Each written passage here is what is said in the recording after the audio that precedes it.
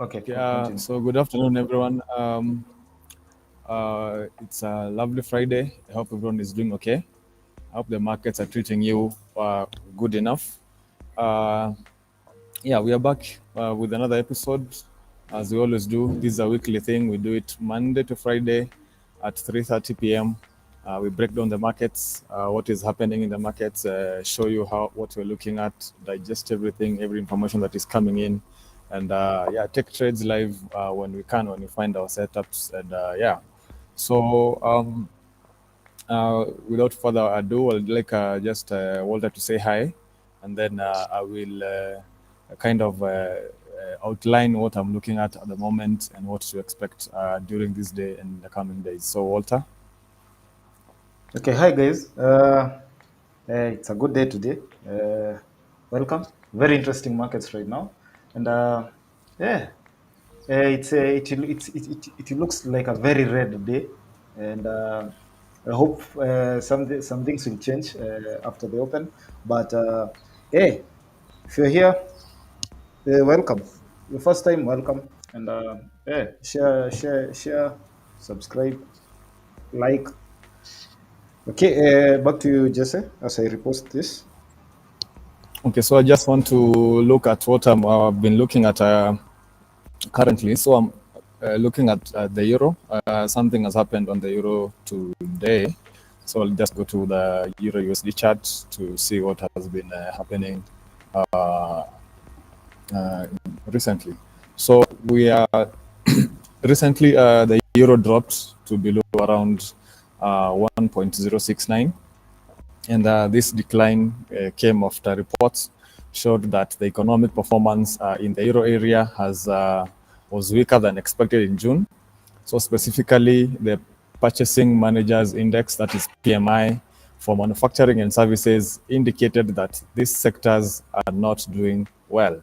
Manufacturing in the Eurozone, Germany and France contracted more than anticipated, while the services sector also slowed down unexpectedly in the euro area and Germany, and especially with France experiencing a significant decline. So this weak economic data has raised concerns about the overall health of the euro area's economy. And as a result, there are growing expectations that the European Central Bank, or the ECB, might cut interest rates further. So this possibility has caused the euro to lose nearly around 0.2% this past week, reaching a 7-week low. So political issues in France and the strength in the US dollar, as the Fed, or the Federal Reserve, has been slower to ease policy compared to other major central banks, have also contributed to the decline that we saw in the Eurozone, and especially for the euro. So you can remember that zone, and all this turmoil is leading to a sort of a decline. So the economic resilience seen in the first quarter, or quarter one of the year now, appears to be short-lived, and which might pressure the ECB, to continue cutting their rates sooner than expected, possibly as early as the third quarter of this year. So remember that you're coming to the close of the quarter two, and expectations are that the ECB is going to further increase their policies, with rate cuts being the headline. So the likelihood of an ECB rate cut in September is currently around 86%. This is according to the FedWatch tool, and traders are predicting a total of 49 basis points in the rate cuts for the rest of the year. So in addition to all this, the euro's tank also falling. We have seen the German 10-year bond yields dropping by 6 basis points to around 2.364%, and this decrease is affecting also the US 10-year bond yields as well, which are now down by 2.2 basis points to around 4.2% or so. So the USD JPY exchange rate has also been impacted, dropping slightly from around 158.9 to around 158.775 or so. So in short, we are currently experiencing a decline in the euro, and this is due to weaker than expected economic performance in the euro area. Another factor is political instability in France following the dissolution of parliament or government, for that matter, and the elections which continue to loom around France. We have also seen some relative strength in the US dollar, and all this is contributing to a weaker euro. So this situation has increased expectations for interest rate cuts by the ECB, and we might be getting this in the near future, as predicted by the markets coming in September. So technically looking at the euro, this is the euro USD. Let me just zoom out to see what has been happening on the higher time frame. This is the daily chart. So technically, I think we're still operating in that channel, the daily channel that you're talking about. It's a bearish channel. And what I'm seeing right now, we remember, if you're following these streams, is that after that unexpected drop in introduced by the ECB, we were waiting for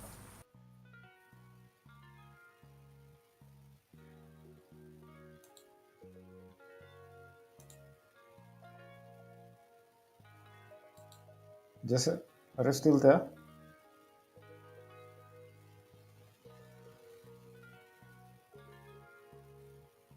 Jesse? Okay. Don't know what's happening on Jesse's side, but I think I can continue. It's just dropped, but I'm here to cover for him. Anyway, he will come back and okay, he's back. Jesse, continue. Jesse.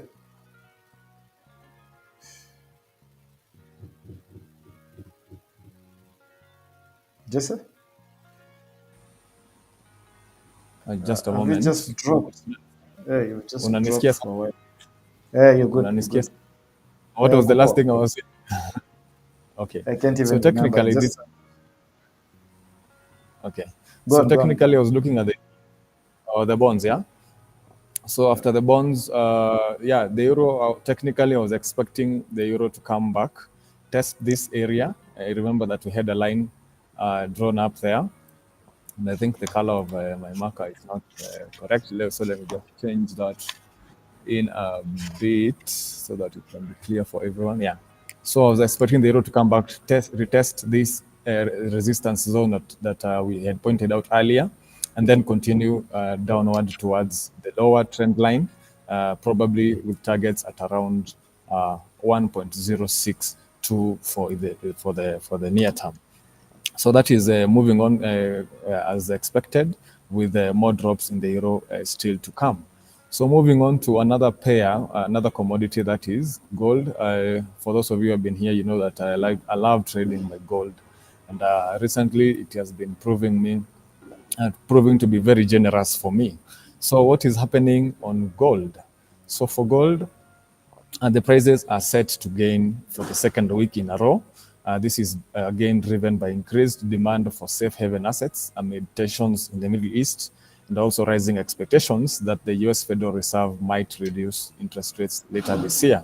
So currently, spot gold is up around 0.2% per ounce, and this is building on a rise of over 1% from the previous session, that is yesterday. So for the week, gold has increased by more than 1%, following a 1.7% gain that we saw last week. So what do I make of all this? So the recent increase in these prices, that is gold prices, is mainly due to rising geopolitical tensions, particularly following an attack in the Middle East on Gaza. So recently, Israel airstrikes in the Gaza Strip resulted in at least 14 deaths and dozens of injuries, as reported by media out there. So market participants are now speculating about the possibility of another US interest rate cut. That is in September or after that, which could support gold prices to keep pushing higher and higher, and well above that 2,300 support level that we had outlined. I've been singing about all week. This particular support is what is holding gold right now, and it is quite significant because any drop below that is bound to take us on a selling spree. But for now, we're still holding it, and we are pushing above, trying to come up and possibly break that 2392 zone. And then from there, we can expect that we can come up and break the all-time high that we have formed. So lower interest rates. Just looking at the data that is informing my bullish bias on gold. So the recent data that we have been receiving is showing a moderate decrease in the first-time applications for U.S. unemployment benefits. We remember that unemployment has been on the rise in the U.S., while new housing construction is on the down, is falling. So, along with the last month's weak retail sales, this data supports the possibility of a rate cut in September, which I guess most investors and traders are pricing in. So, last week's data also indicated a slowdown in the labor market amid some kind of price pressures, with weak retail sales data suggesting a sluggish economy activity in quarter two or the second quarter. So lower interest rates make holding non-yielding assets like gold more attractive, and this is all contributing to my conviction that we are yet to see the highest gold prices yet, and the prices might keep pushing higher and higher. So the market's next focus, especially today, is the US flash purchasing managers indexes, due later today, in around how many minutes? In around an hour's time or so, in and around 4:45 p.m. So we'll be glued to see the reaction of the market to that. Will they be lighter? Will they be hotter than expected? All that we are going to see that in the coming hour. That is at 4:45 p.m. So trust me, we will still be here with you to see what how the markets react to that information and the data release. So while gold prices, might experience some fluctuations, that $2,300 dollar support level remains quite crucial, like I've mentioned before. And any significant downturn in gold prices will likely be influenced by changes in economic indicators or even sudden market movements. And just to keep alive that the markets can move in any direction, given any triggers or changes in economic indicators. So overall, the market, as I see it, is in a wait and see mode. People are just looking for the next price driver from the US economic trends, maybe some Federal Reserve policies, and emerging market central bank trends. So generally, gold prices have settled into a defined range, reflecting this cautious stance, although some traders are taking advantage of small priced movements. So that zone that I'm talking about is this particular zone that I'm going to mark out in green.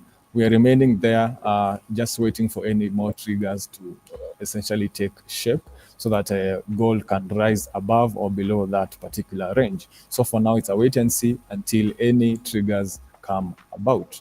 So lastly, before I let Walter come in, I just wanted to talk a little bit about WTI. If you were in the streams before, you know that this is an instrument that has caught my attention, especially after breaking current resistance at previous resistance, which was at 80.706, which has turned also to a support zone. Not retested it, touching. We have not touched 80.732 since we broke out, but technically this looks like a continuation move. Right now, we're interacting with that current resistance at 82 level or 82.5 level, which we do not seem to be breaking yet. But all indications are that oil or WTI might be breaking that resistance soon, and we might see price rise to around $84.4 or so. So that is my analysis for now. Just some. Okay, and this is down. Let me share my screen and show you what I'm looking at. And the first thing is downtrend. On my notes is imeandikwa tu downtrend. are we expecting the market to turn? Because after yesterday's sell-off, a lot has been happening. So uh, just a minute, but yes, I'm back. I'm back. Early in the day, we had euro numbers. I don't think Jesse has mentioned that. And where I see on my end that you can see I was looking at UK 100 or the FTSE, and the FTSE we had a very big red candle, and the red candle definitely it's because of the euro numbers, and then apart from that, I was looking at the EU50, and EU50 is the overall stock of the best performing 50 big companies in Europe, and this is how it looks like. If you remember, we had plotted this out, and I expected price to be moving towards the upper trend line, and this is how it looks right now. And what we have seen today, same as the UK 100, we've just seen a slump. So. That's it. I don't want to talk more on the EU stocks because actually I don't play EU stocks, and yeah, it's just a watch and see. And if I have to, just a moment, if I have to say what the numbers were, they were PMI actually from French, and the PMI was from French and Germany. So. Definitely, to be honest, it was just a bad figure for both countries. And then earlier in the day at 9, we had the UK. In the UK, we had retail sales, and yeah, it was just taken bad. Although it came out green. So I don't want to stay there. I want to we go where we used to, and uh, first things first. It doesn't look good in the Nasdaq. The Nasdaq, we saw a red day yesterday. You can see that candle. It's quite a sizable candle. Although having wicks both sides, which to me that's called an indecision. Like I always say, wicks are indecision for me. And without without saying much about it, I want us to go to the intraday price action, which has been continuing since yesterday's close. And I think yesterday's close was around here, where I was very optimistic that price will come back up. And unfortunately, we ended the day around here. So exactly here actually, because yeah, around this candle when this candle was developing, and it was not a good day. It was a red day, and I booked on lamb. I booked my lamb, but in profits. Thank God. Uh, I took a Nasdaq trade, which here and then go to episode, and then yeah, nothing much, but. I'm not looking to play Nasdaq anymore until we have a clear direction. What am I expecting from the market? I still expect, even though the tech names, the chip names are not doing good, I expect this kind of sideways action before we see a good breakout. So that is just me, because what I can see right now, to be very objective, that it is acting. This zone is acting like somewhat as a support zone, which we can confirm by previous price action, and we can see what can we see here. Let me do this. Let me extend this on this other side, and yeah, we can see some action here. Both the we can see the bulls and the bears had a fight before here, so this is not an unfamiliar zone. So what I expect, I'm seriously expecting a consolidation on the higher time frame, and I think that is very healthy. Because these small retracements are not sustainable if we are in a bullish if we are in a bullish if you're in a bullish what I eh, if we are bullish, in short, or if we are in any direction, if we don't see something substantial, price may not be going towards that direction. In short, what I mean, we really need something like we really need open interest to go higher, where as you know, we need buyers, we need sellers for buyers to continue with their buying. So right now, it meant that above the 20,000s, everybody was a buyer, and we really needed the sellers. So that is the trading psychology I was introduced to by the classicals, and this is it. We expect some sellers at least to get hopeful so that we can see price rally up.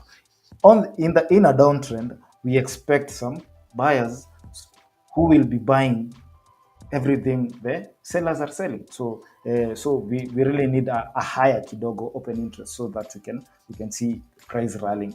That's why I'm saying this is very healthy. Uh, not yet confirmed a downtrend. Why?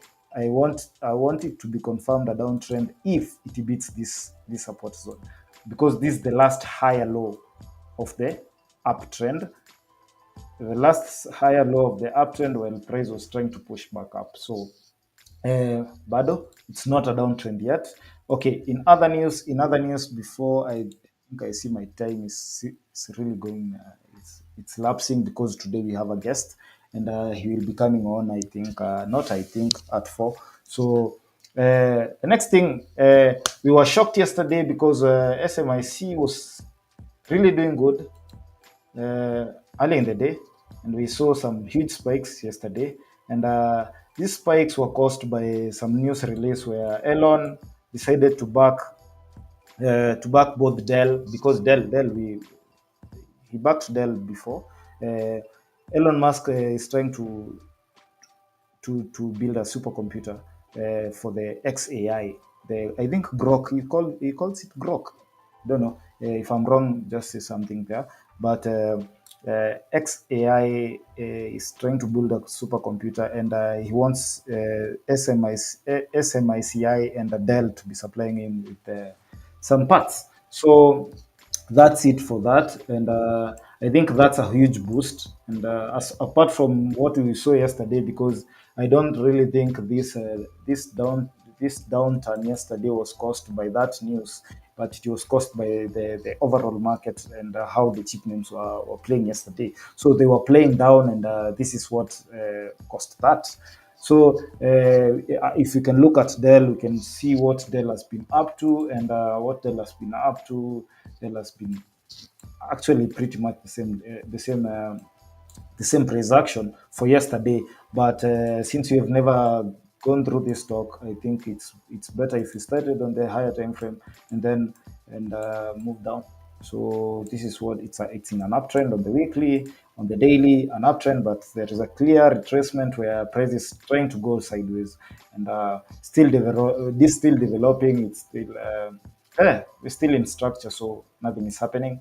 So nobody can pull a trigger right now on anything. But what we can identify a counter trend line which is not yet confirmed well, because price is still trying to push back up. So we can't say much about that, and don't want to stay there, because SMIC and Dell are not on my platform, on my trading platform right now. So apart from Nasdaq, I don't want to talk about anything else apart from Microsoft taking the reins after as Nvidia rolls down.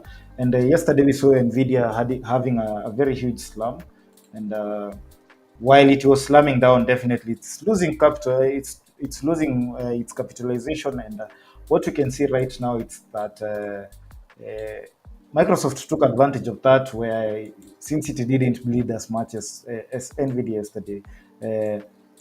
It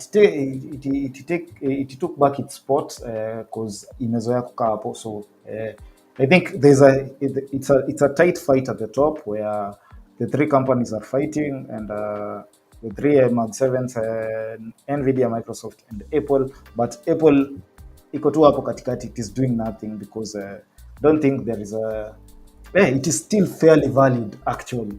So the rest ndio wako kwa shida, trying to outdo each other. So going forward, let's quickly look at how the close of yesterday was looking like, and it was not that bad for Microsoft because it bumped up towards the end, and as you can see, pre-market is trading above uh, trading above yesterday's close, but with a very small margin. And here goes Tesla. Tesla as well. I'm sorry, I think I'm on the daily time frame. I mean the daily now. Yeah, 4 hour. It was 4 hour now, 1 hour, and pretty much the same. Pre-market is trading around the same areas the close of yesterday. And what we see, we see a continuation after a continuation. So we still expect price to come here, break out, and book me for another run to the top. So very psyched about that. And then we have BSE. BSE is playing down, but as compared to the rest, yesterday it did pretty much nothing, but it had a very good day going up while everybody was going down. But towards the close, we saw it range down and closed at where it started at. So what I expect price to continue going up. On the intraday price action, it developed another counter trend line where if it breaks here, we get another add-on. So buckle up. Anyway, pre-market is trading way below. Maybe it might not be a triangle, but well and good. We'll just play the continuation because that's another discount to the top. So Amazon, pretty nice, very nice. I really like this trade, and I think this is one of the best trades that I'll be seeing this week, where we took a big wetter here, and then we saw price going down to almost stopping me out because it was not bought at breakout. But we have seen the bulls being very persistent the past actually this week. We've just seen bulls very persistent, and we keep going up and up. We finished yesterday green, and yeah, that's it. Adobe pretty much nothing. Back top, and our position still running. I think what I changed about Adobe is that this was my previous counter trend line, but this is much better revised. But we still have a jump before. So what we expect price not to go to our TP but higher, because we now have another counter trend line, another setup. So we expect price to move much higher, and I'm really trying to talk fast because Fauz is here. So uh, let Fauz say hi. He's one of our top three, our May top three, and we're really psyched that Fauz is here. We told you guys. Uh, what will happen is that we will be bringing the top guys, who are who come top on the trading competition. And when we do that, we try to interact on a skill-based level, and you can learn, I can learn, everybody can learn. And I think Fauz is the guy I posed the question, what is a church? A change in character, and everybody, including Jesse, was with me. We were the dumb ones. We didn't know what was happening that day, and Fauz really taught us a lot. And we said this is a very good idea if we were doing it for the community at large, not only the people who get to attend the events. So he is here. Fauz, say hi. Fauz, are you there? Hi guys, hi, I'm here. Okay, You say can hear hi. me? Yeah, yeah, sure, Yeah. loud and clear. It's a honor. Thank you for giving me this opportunity. So yeah, Fauz, so habari bwana, habari ya siku mingi. poa sana manze. Welcome It's an to honor. It's an honor. TGIF. Thank you manze.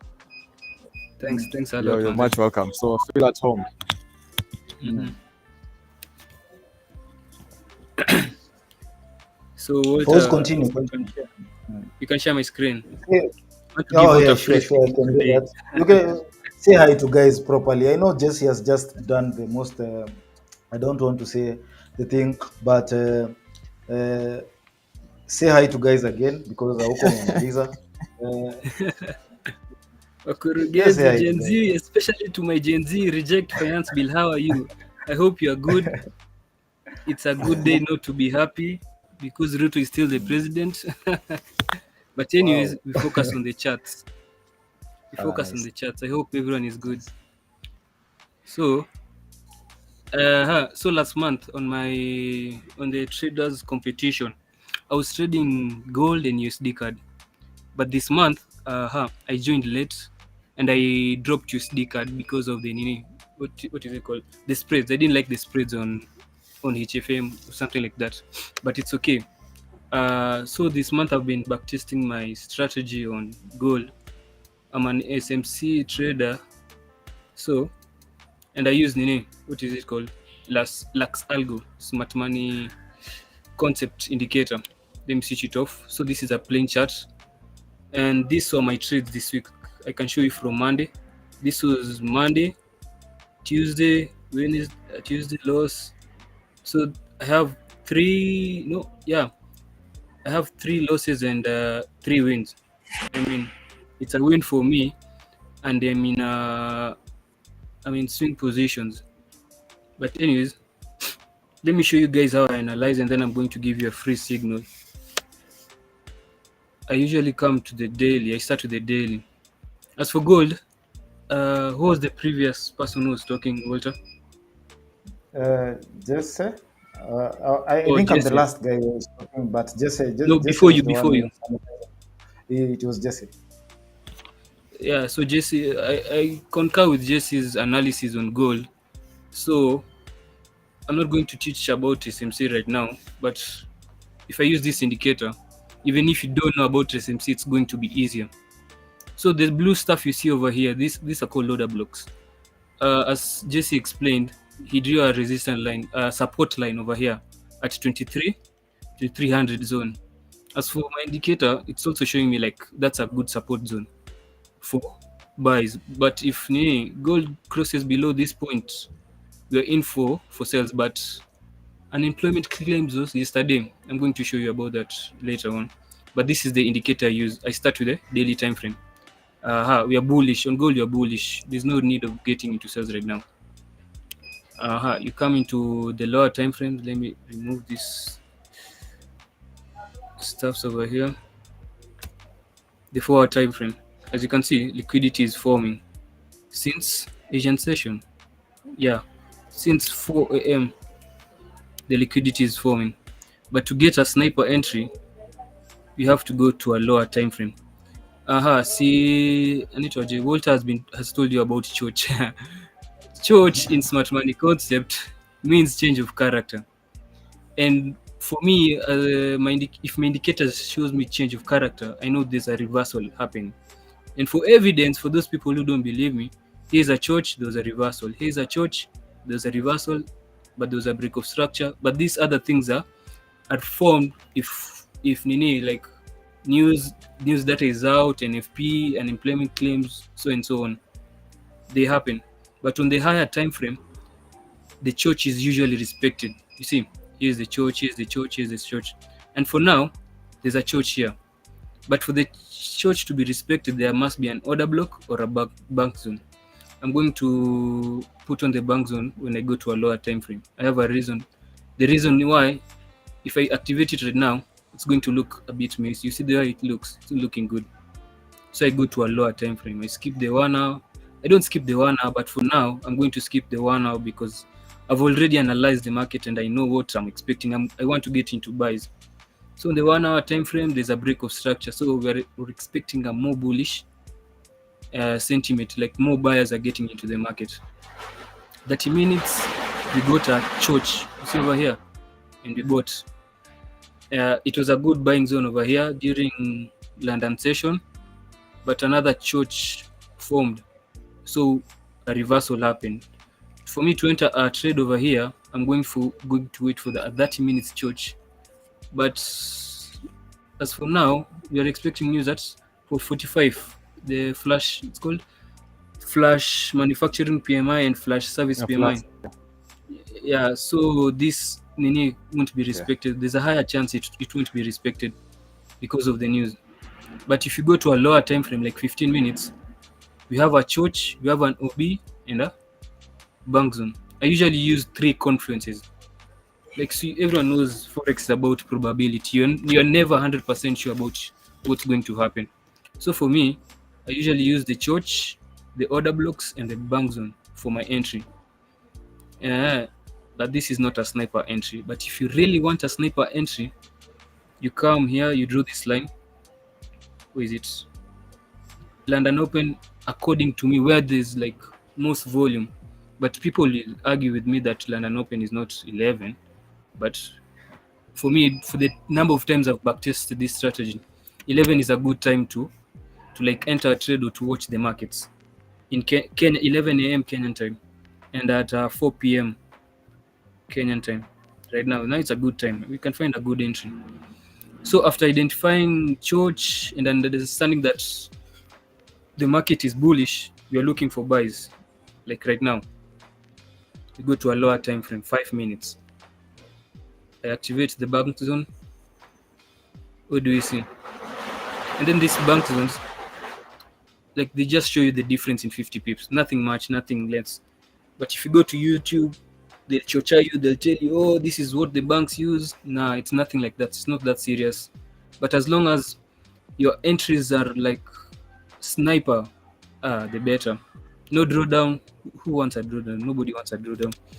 But so there's nothing much about it. As for now, I was going to give you this signal. So this was a trade I was looking onto. So we've received one of our confirmation that there's a reversal. It might buy here or buy on this order block, but our patience is being tested. So if you want to enter this trade with me, here's the entry, the stop loss, and the profit. It's a 3-to-1 risk to reward ratio. But if you really want a sniper entry, let me show you guys. You wait for market to come at this order block and buy at this zone. Let me remove this one over here.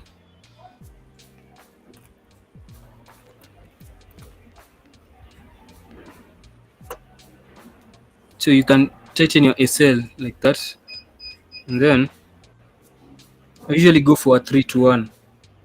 3-to-1, so that's like 150 pips on a daily. If not, it's a sniper SL. The bad thing with this, the downside with this strategy, it's either you've gotten a sniper entry or a sniper SL. So let's put our TP at 23.65, our entry at 23.57.0. Okay. Oh, what have I done?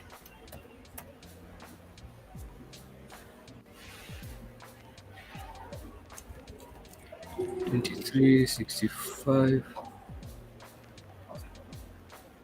Let's put 23.65.5. So yeah. So this is a signal I'm giving you guys. If you have any question about it, you can ask. So there's nothing much about gold right now I can talk about. All you can do is just wait for this entry. Once it taps on this OB, I'm expecting buys, because during London session I got into buys, but I took partials and got out again. I have an entry over here. You see what happened during London session? It actually happened before London session. There was a church, order block, bank zone, 3 confluence. You just enter buys here. Tighten your SL, 150 pips, and you're done. That's how that's how I've been analyzing gold this month. So for the guys who will be in the next month's competition, I hope you'll use this strategy, and if you win, tuma za cabbage manze, economy ni mbaya. So yeah. Okay. That's very nice, and I think we have some questions for you, and I don't know if I go first. Jesse, are you there? Take it. Yeah, take it first. Okay, I'll go first, and I know we've just dived in the technicals before even doing anything else. Before even asking how did you come to be a trader? Kindly tell us your journey to here, and is SMC your first, like ulianza tu na SMC, or how Uh, was your journey into it? okay, how I started into trading: broken hearts, my broken heart, empty wallets, and an empty stomach. That's what pushed me to forex. But before I started forex, I was doing a degree in film animation in multimedia university, but I dropped out because, like, people say filamu inalipa, but if you compare the film industry in Kenya and the forex traders, like, I was attracted to the money, you see, because, like, if like, most of my friends have graduated right now, but they haven't, like, hawana job, wako tu home, you see. What else? At that, it was which year? Last year, 2023. That's when I joined EM Capital. They had advanced classes, but before I even joined university, guy, yenyewe forex ilianza kitambo. I used to just look at the markets and these Telegram signal groups at hizi zinaitwaje? What do I call them? These funny signal groups that they send like 100 signals per day. I was in those groups. I was like just putting by limits, just teaching myself how to put by limits, how to put stop loss, how to, like, I started on a random Telegram group, and then I met EM community on IG. Like, they had a post on advanced classes. I had no experience in forex. Like, the fundamentals were, nilikuwa tu chini, but once I joined EM, the environment was different. Like, the real forex traders aren't flexing outside here. Like, they are chini ya maji, if you know what I mean. You know, Walter. Like, Definitely, they we're don't very ordinary people. like showing off. So yeah, so it was a good thing for me, like, joining a community where I see traders, how they work, how they do the things. And for me, mi ilikuwa kichwa ngumu. Like, I wanted to know this thing. I started with the advanced classes. Like, siko na easy, like, the basic things like by limits, to limits, baby pips. I did the whole course before I joined, but my foundation wasn't good. But after joining EM and seeing, like, how real traders work, that's when I started working consistently, blowing pro farms account, blowing accounts. Manze, there was a time I was even funded 1,000 USD, but kiburi mtu wangu, that's where gold took my money, manze. But anyways, we got back, and now I'm here. So after like an year, it was this year, I saw like HFM they had a competition. I was like, hey, I've proven to myself, like, I know how to trade. Let me prove it to the world. I know how to trade. So I got into the competition, and voila, I'm here, and more is yet to come. Nice, nice, nice. So right now, That's is it that's just nice. That's trading? nice. Can I Okay, Pardon? okay. Jesse, you can take over. Ask your question. Okay, so I have a question for Fauze. How do you manage risk in your trades? And if you don't mind explaining, how do you manage trading around high impact news events such as red folders and such? Basically, what is your risk management philosophy in trading? I don't risk 1%. As Square Bank said, 1% is for bitches. But anyways, I risk 30% per trade. It's either you win it or lose it, my friend. So as for yesterday, look, this was a trade from unemployment claims. It was, let me mark it over here. 11 a.m. and at 4. It was at 3:30. Unemployment claims. Let me mark at 4 p.m. Where's 4 p.m.? Yeah. So before even the news came out, I was already in the buys. The reason why I entered the buys, the previous unemployment claims last week came higher. I wasn't expecting a less, like I had predicted the market.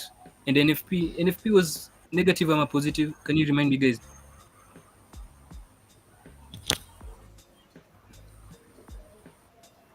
Oh, Jesse, NFP.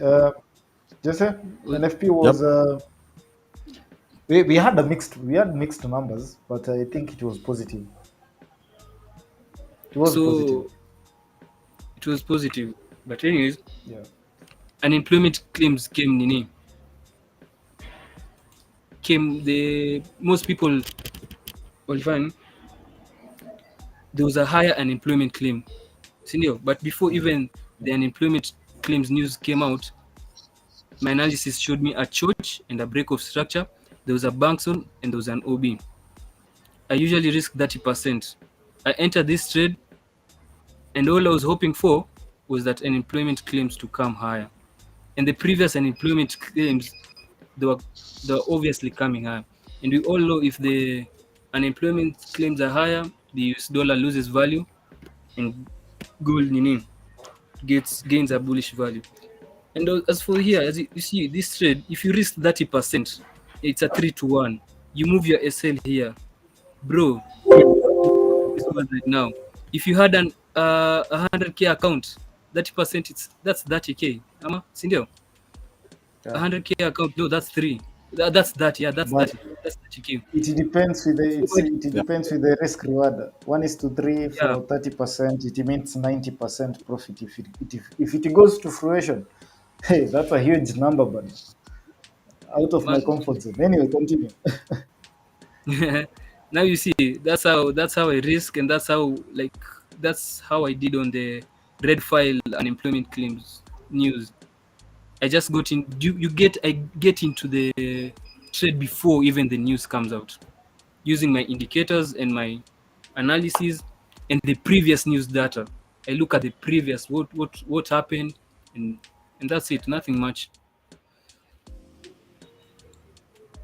So if I wanted to need to come to this live on Thursday, but I didn't want to be so cocky, and then it goes opposite direction, and then you guys be like, hey. No, no, But no. anyways, Actually, it's normal. It's normal. We're used to taking losses here on because losses don't define us. Because yeah, profits, you don't be defined by your losses. Because if you're confident enough about your trading, it means you can take a loss and you know how to make it back.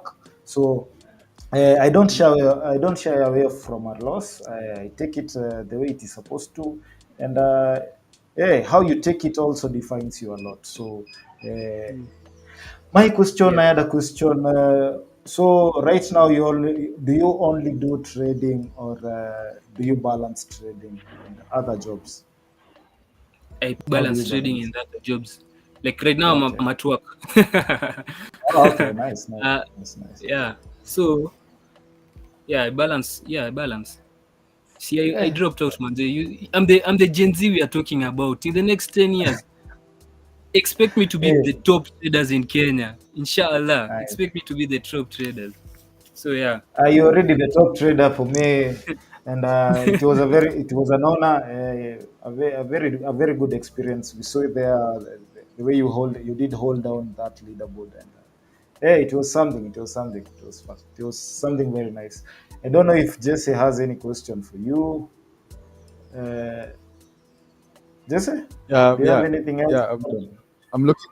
I'm looking at gold, and Fauz mhm, indicated that he was looking for a buy position. I think yeah, it's inching closer to your decision point. entry, yeah, So from yeah, what I'm getting from mechanical in your trading, you don't carry a big news for as long as your strategy has shown up and your setup has shown up.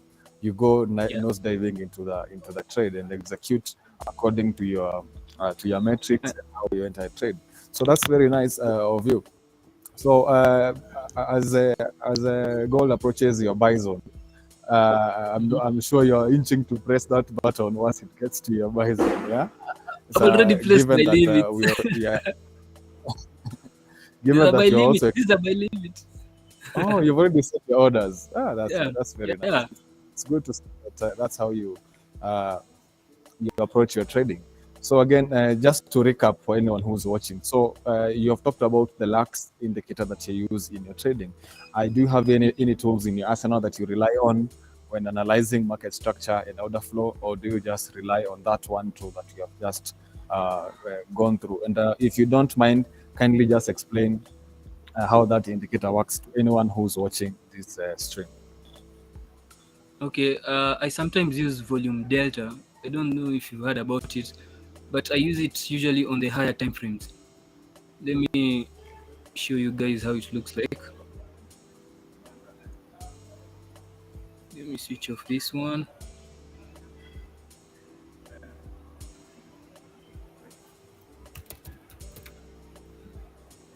Also by Lux Algo. So what volume delta does, it shows you if there's going to be a reversal, and let me just open it. So like right here, yeah, it's a lot, but let me nini. Oh, what's happened? Okay, let me go to the SMC.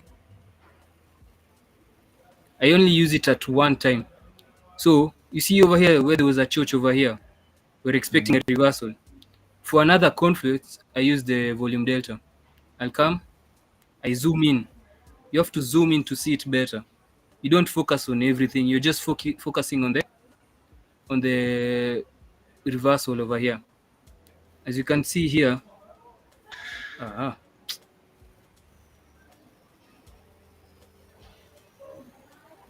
me zoom in.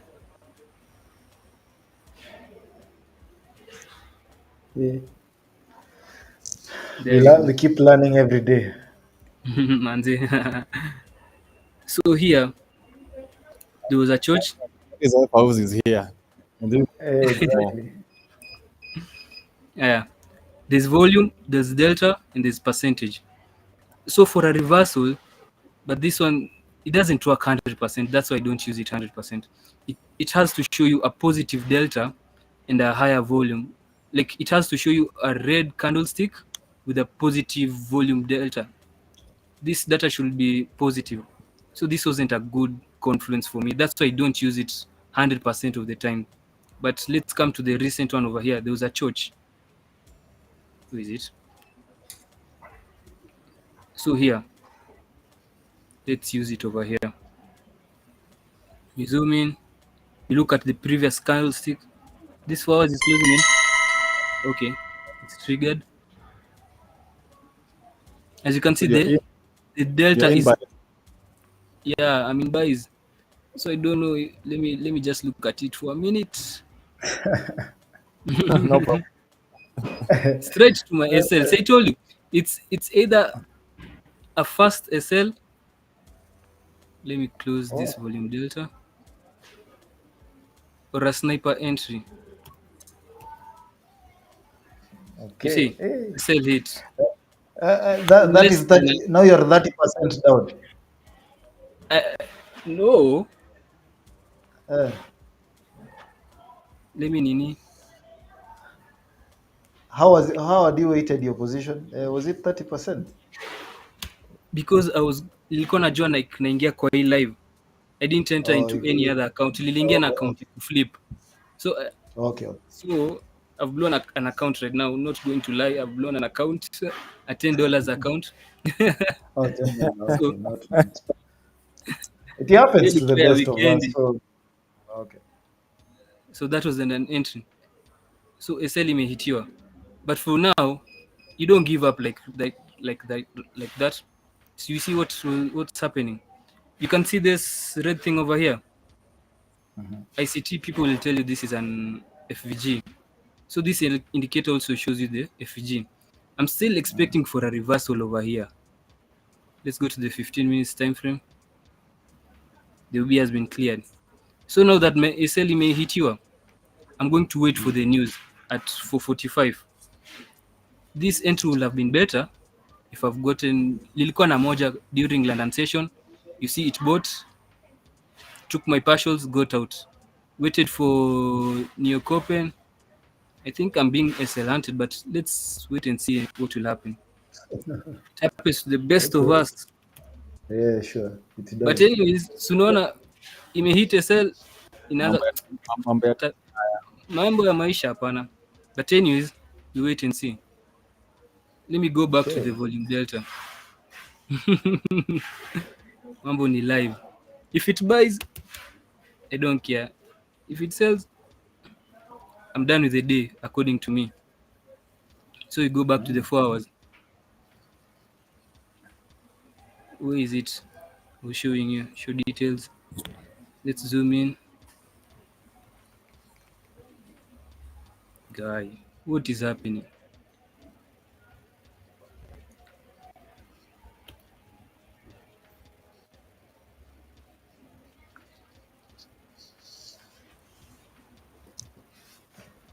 Let me just refresh, manze. It's okay.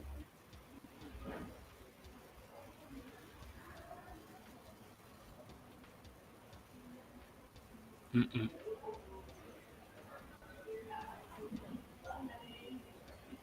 Is it zoomed in on your side? Yeah, sure. You're very, it's zoomed in, too zoomed in. Yes. Yeah, I think we can. Yeah. Yeah. So I'm back.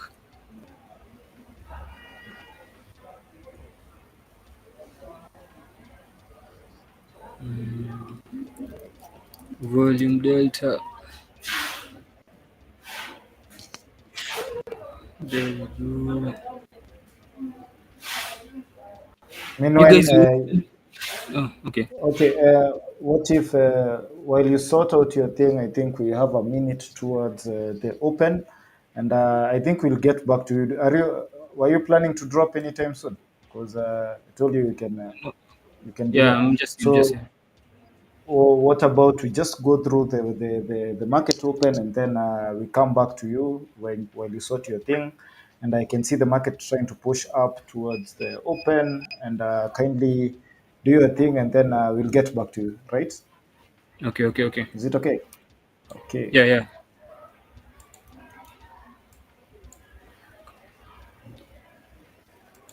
So I think we are seconds to the open, and one of the very interesting things I wanted to talk about is Goldman, and Goldman has opened down, and I wanted to place a trade Goldman Sachs because uh, I'm actually looking to buy banking stocks, and bank stocks. What they have done, they are breaking the channel we identified before, and this is a channel, and we saw price trading above that channel yesterday, and on the intraday, I saw a good continuation of trend line where I can get a discounted entry going back up. So what is bad? I can see a huge slump on the banking stocks right now because I can see BSE seriously going down, and I had a position there, so I don't know what's up.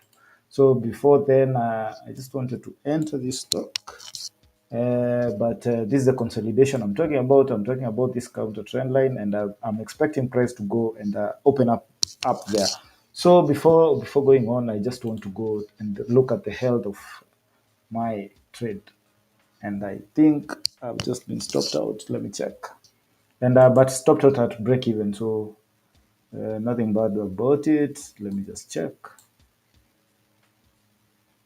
Seriously trading at my break, at my entry point where it is now a breakout. It will decide whatever it wants to do. If it decides to close, I won't be losing anything. But well and good, no worries. And what am I looking at? I want to look at GS, and GS. I want to make this entry. So it will be nil for BSE. Nothing will, but with the price action at the open, no. I don't think I'll be taking this trade because that's definitely a rejection of the counter trend line. So it was hopeful for a minute, and as well as JPM, it was hopeful for a minute, but it's not working out. So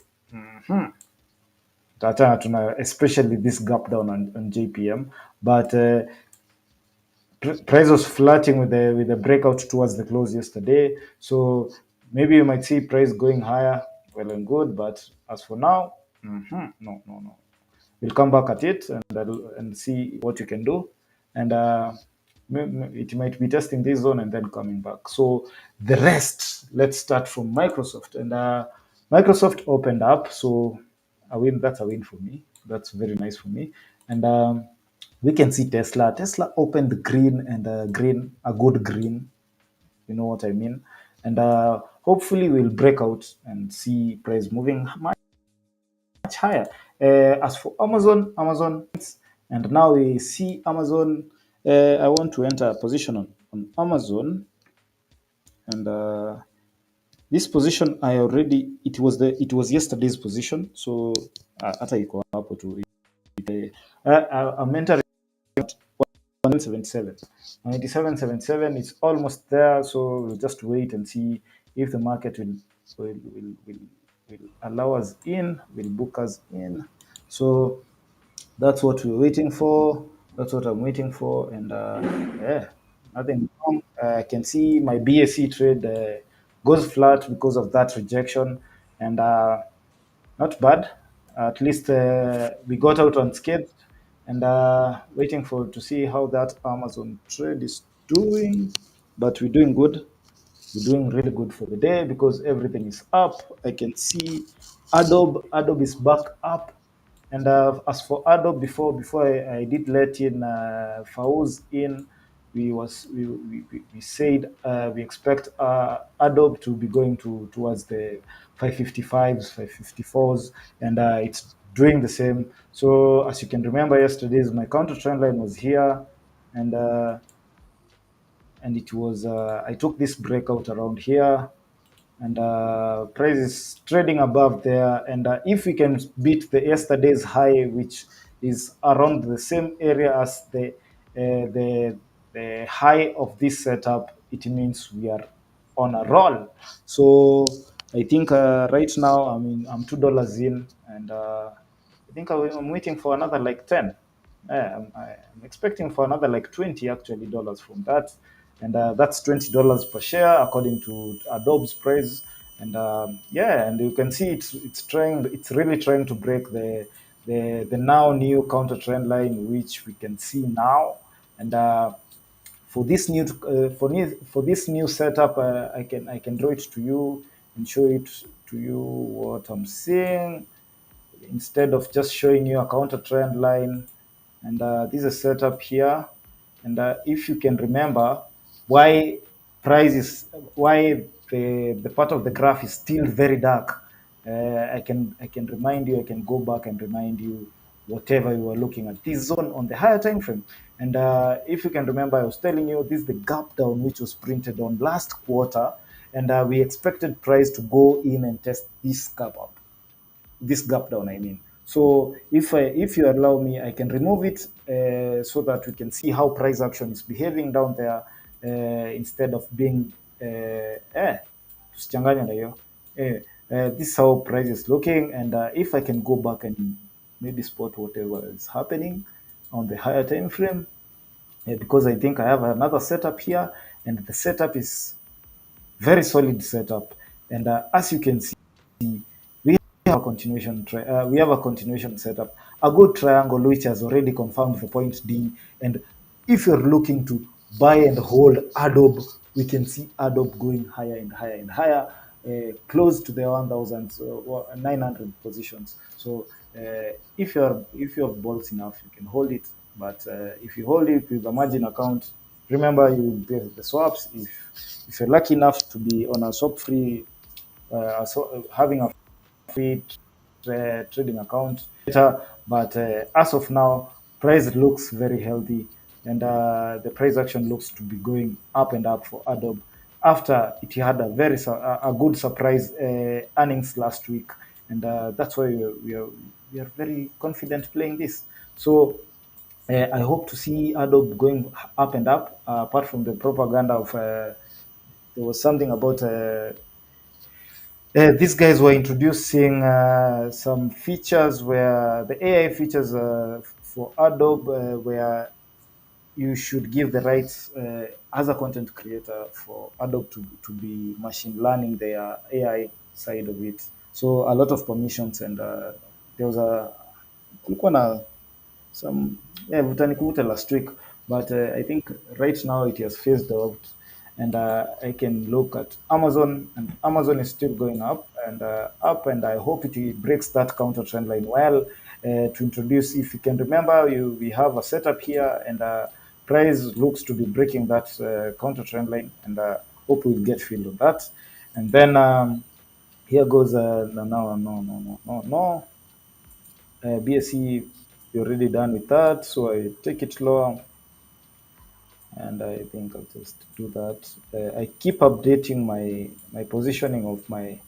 I keep updating my watch list positioning because if I'm done with the setup, I take it down and introduce another setup up. This is Google, and this is how Google looks like, and Google breaks out. Why? Ili break out, I didn't. Wow. Sheesh. Tumeachwa na hii. Oh my god. Anyway, uh, I had this setup here. I don't know if my positioning on this other side was there.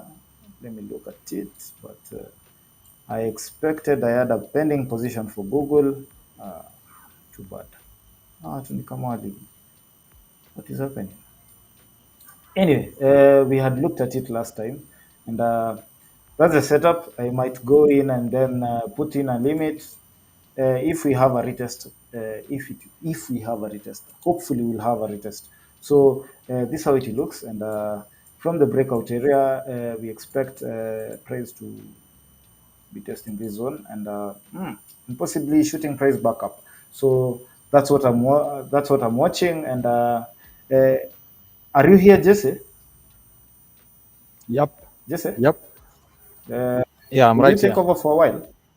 Okay, kindly take over. Uh, okay. Kindly share screen. Kindly share screen.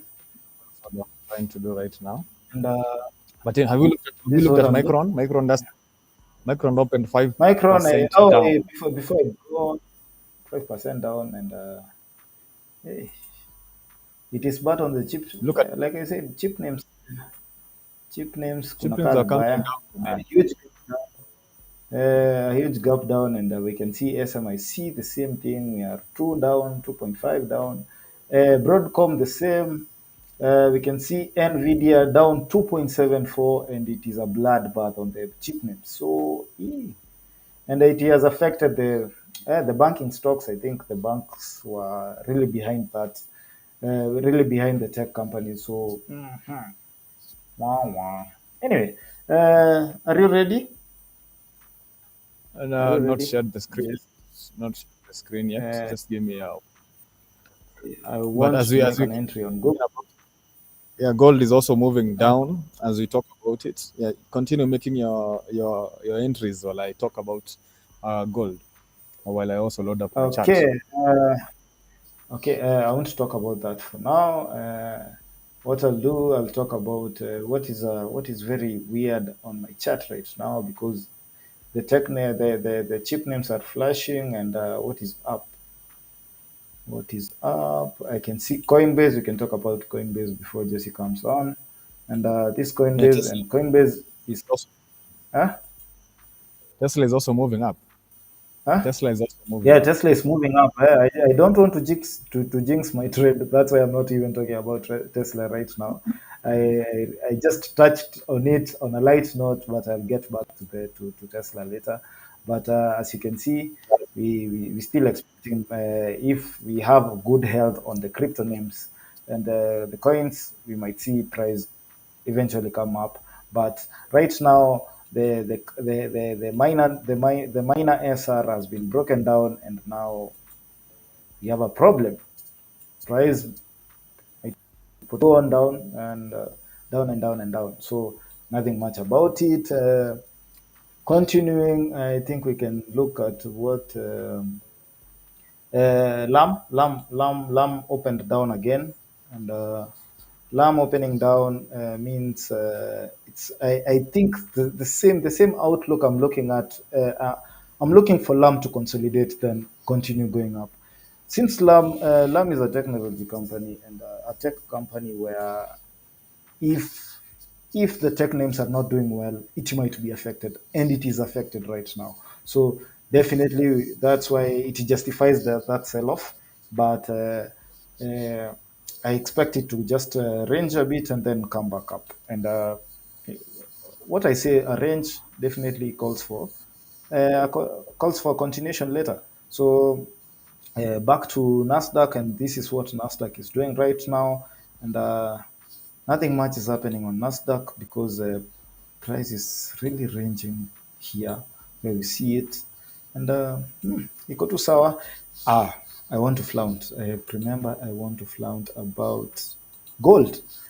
I think I don't trade gold much, but I had a very good setup I was talking about before price was tested was broke this counter trend line down. If you can remember from the from the higher time frame, we were seeing a channel down.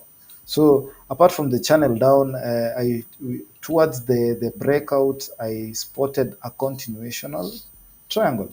So this continuational triangle, as we estimated, we expected price to test this zone. I don't trade gold nowadays. Nobody can nobody can shoot me for analyzing gold. And we expected after the breakout, we should be seeing price testing this zone, and we had mapped it out, and sure it price obeyed that and went and yeah, the setup went to fruition. And after going to fruition, what we do, we clear the charts, and allow a retest. So what has happened on the higher time frame after that push up is price has done what has broken out. And what we can see right now is a break, and price is looking to retest. So I know everybody's panicking, especially this gold trader called Jesse here. He's panicking, but this is just a normal retest on the higher time frame. But his positions are really zinapitia shida. Now I expect price to at least either test this zone here, and maybe price to go up. Actually, I've just called it, and then around any time now I can inaweza rudi, it can test that counter trend line and push back up.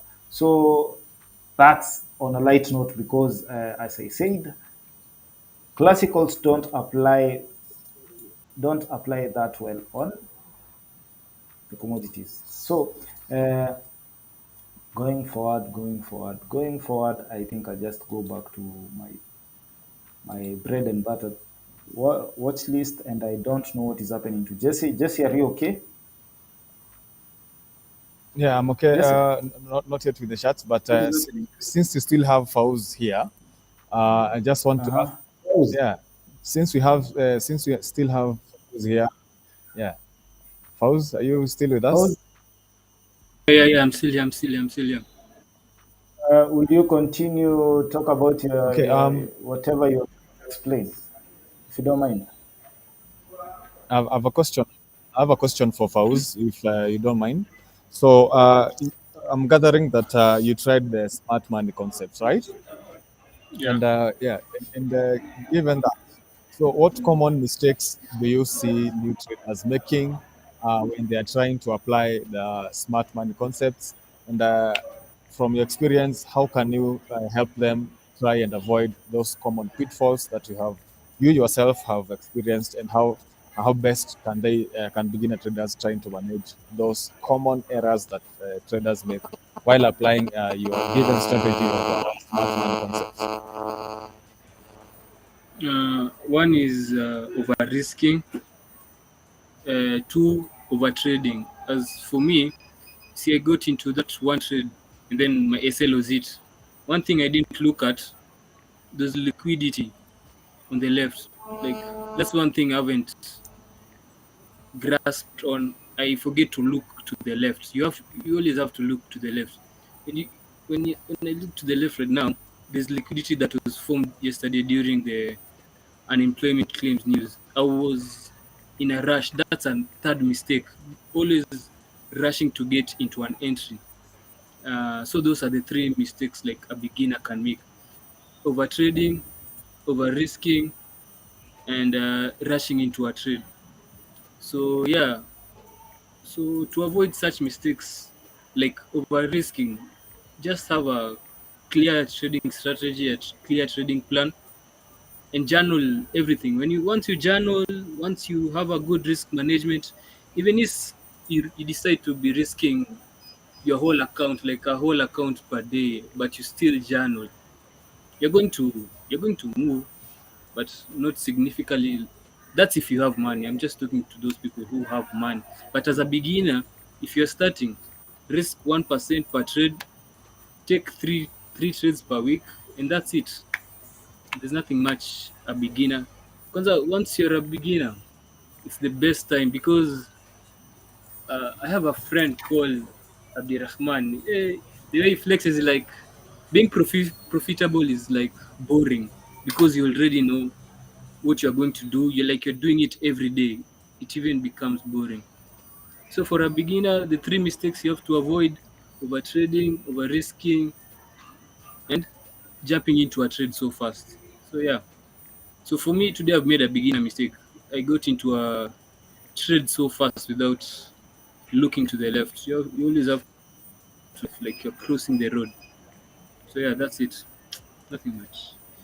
Okay, okay. Thank you so much for that. I hope everyone watching, following through, has learned from one of those mistakes that beginner traders can make while utilizing that smart money concepts kind of philosophy.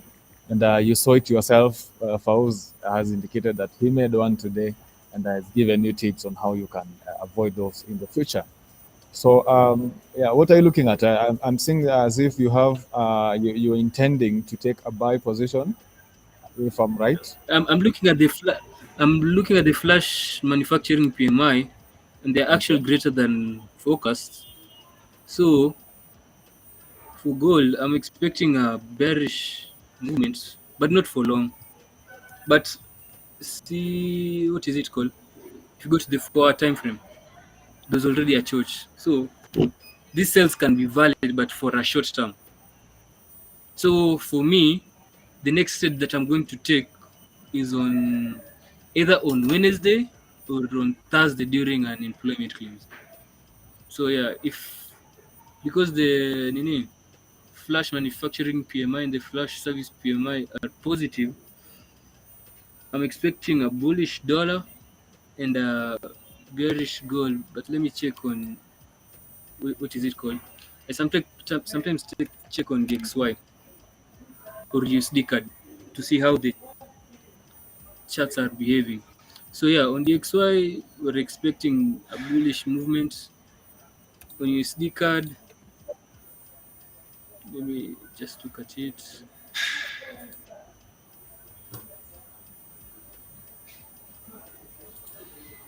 Yeah, USD card is going to buy. So for gold, I'm going to change my bias, but I'm just going to watch today. I'm not going to do anything. I'm just going to watch. For now, I'm just going to watch. So yeah. Okay, okay, okay. Okay, That's pretty nice. Okay. I Continue, think Walter. you are continuing to. Fawz, you're showing us something about the volume delta, and I think you had technical issues before the market opened. If you don't mind, you can go on about that, and we see whatever you're trying to explain. Okay. Let me use it on USD card. It works good on USD card. It usually works on the higher time frames, especially on the 4 hours. Okay. Volume delta.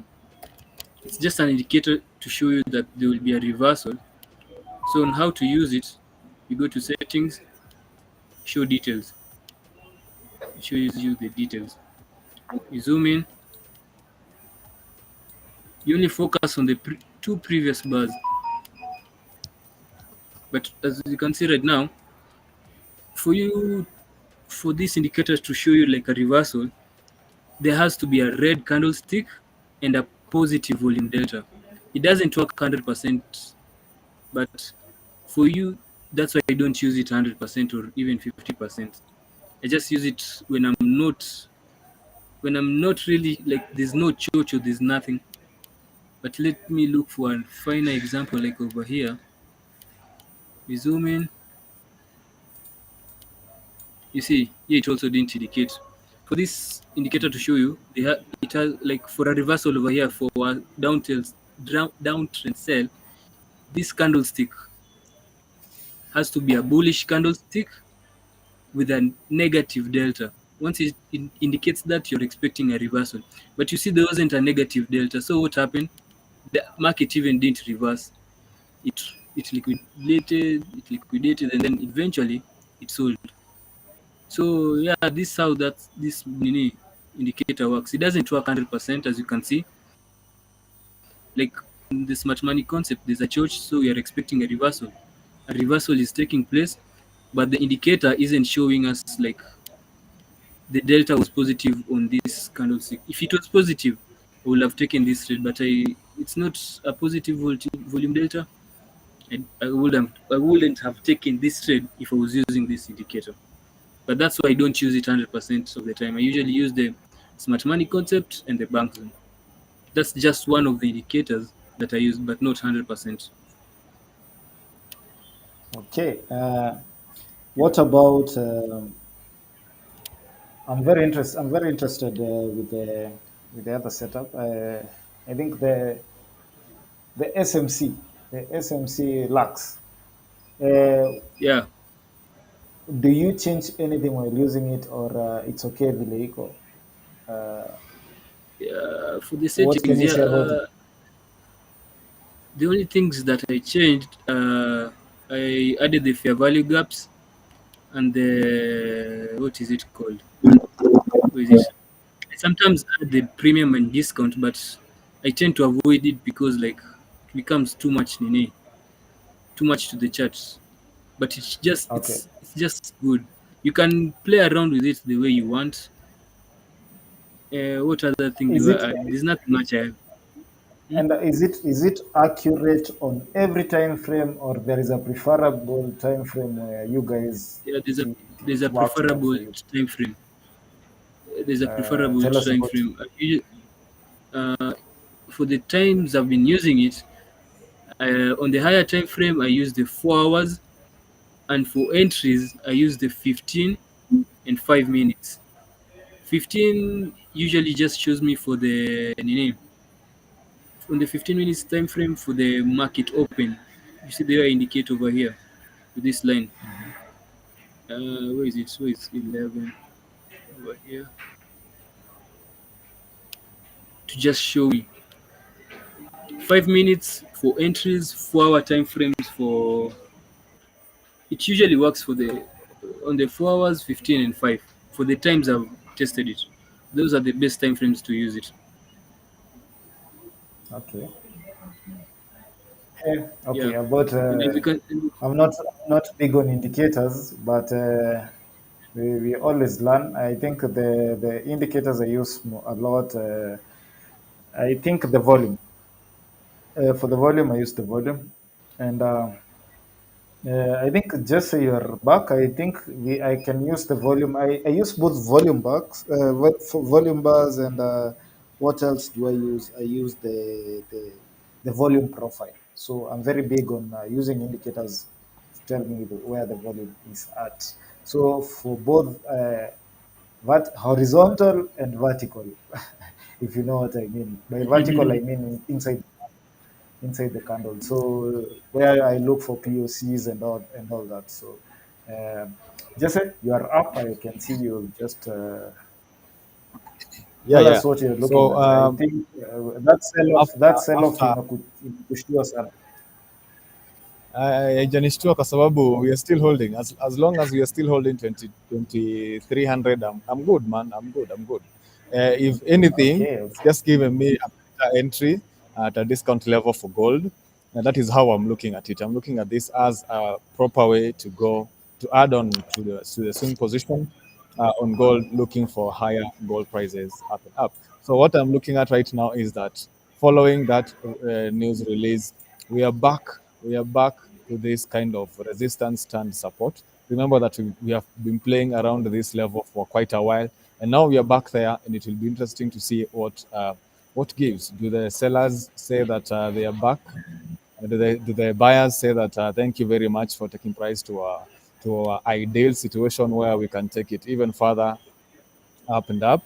And I think it's been it's we have taken the stairs up, small candles, but now we're taking the escalator down. And this is very common because I think when people start selling, they really like their sales and they go all the way in. So right now we are just bouncing off that support level, resistance stand support, and for me this is a discount level on gold. So I'm not worried as Walter put it. In fact, I am much more confident that I'm getting better prices. At the moment. I'm getting I'm getting a better RR, expecting that we can even go higher from here. So right now we are about a percentage down on gold following the release of flash manufacturing, if I'm not wrong, PMI. Yeah. And looking elsewhere, the Nasdaq is also down half a percentage down. The dollar continues to show resilience, and it looks like it might be heading upwards. The Nvidia, the chip names, Nvidia opened up around 2% down. Right now, it's around 3.4% down. This tells us why the market is so down. While the likes of Tesla are not that much heavy today. The likes of Apple are green on the day. Microsoft is green on the day. Imagine other stocks are also green on the day, except the oil names, Google. which are finding it hard to, yeah. Google is also green. Yeah, sure. And Ah, nice, I nice. just missed this trade banner. Uh, Yeah, you about had analyzed that. I was wondering how your Google trade is moving. So gold for the uh, moment, actually, close of the first. continue, Sorry. continue. Yeah. So the close of the first 15-minute candle after news release is rejecting that particular support level that we had. So indications that maybe price does not really want to go down beyond that point.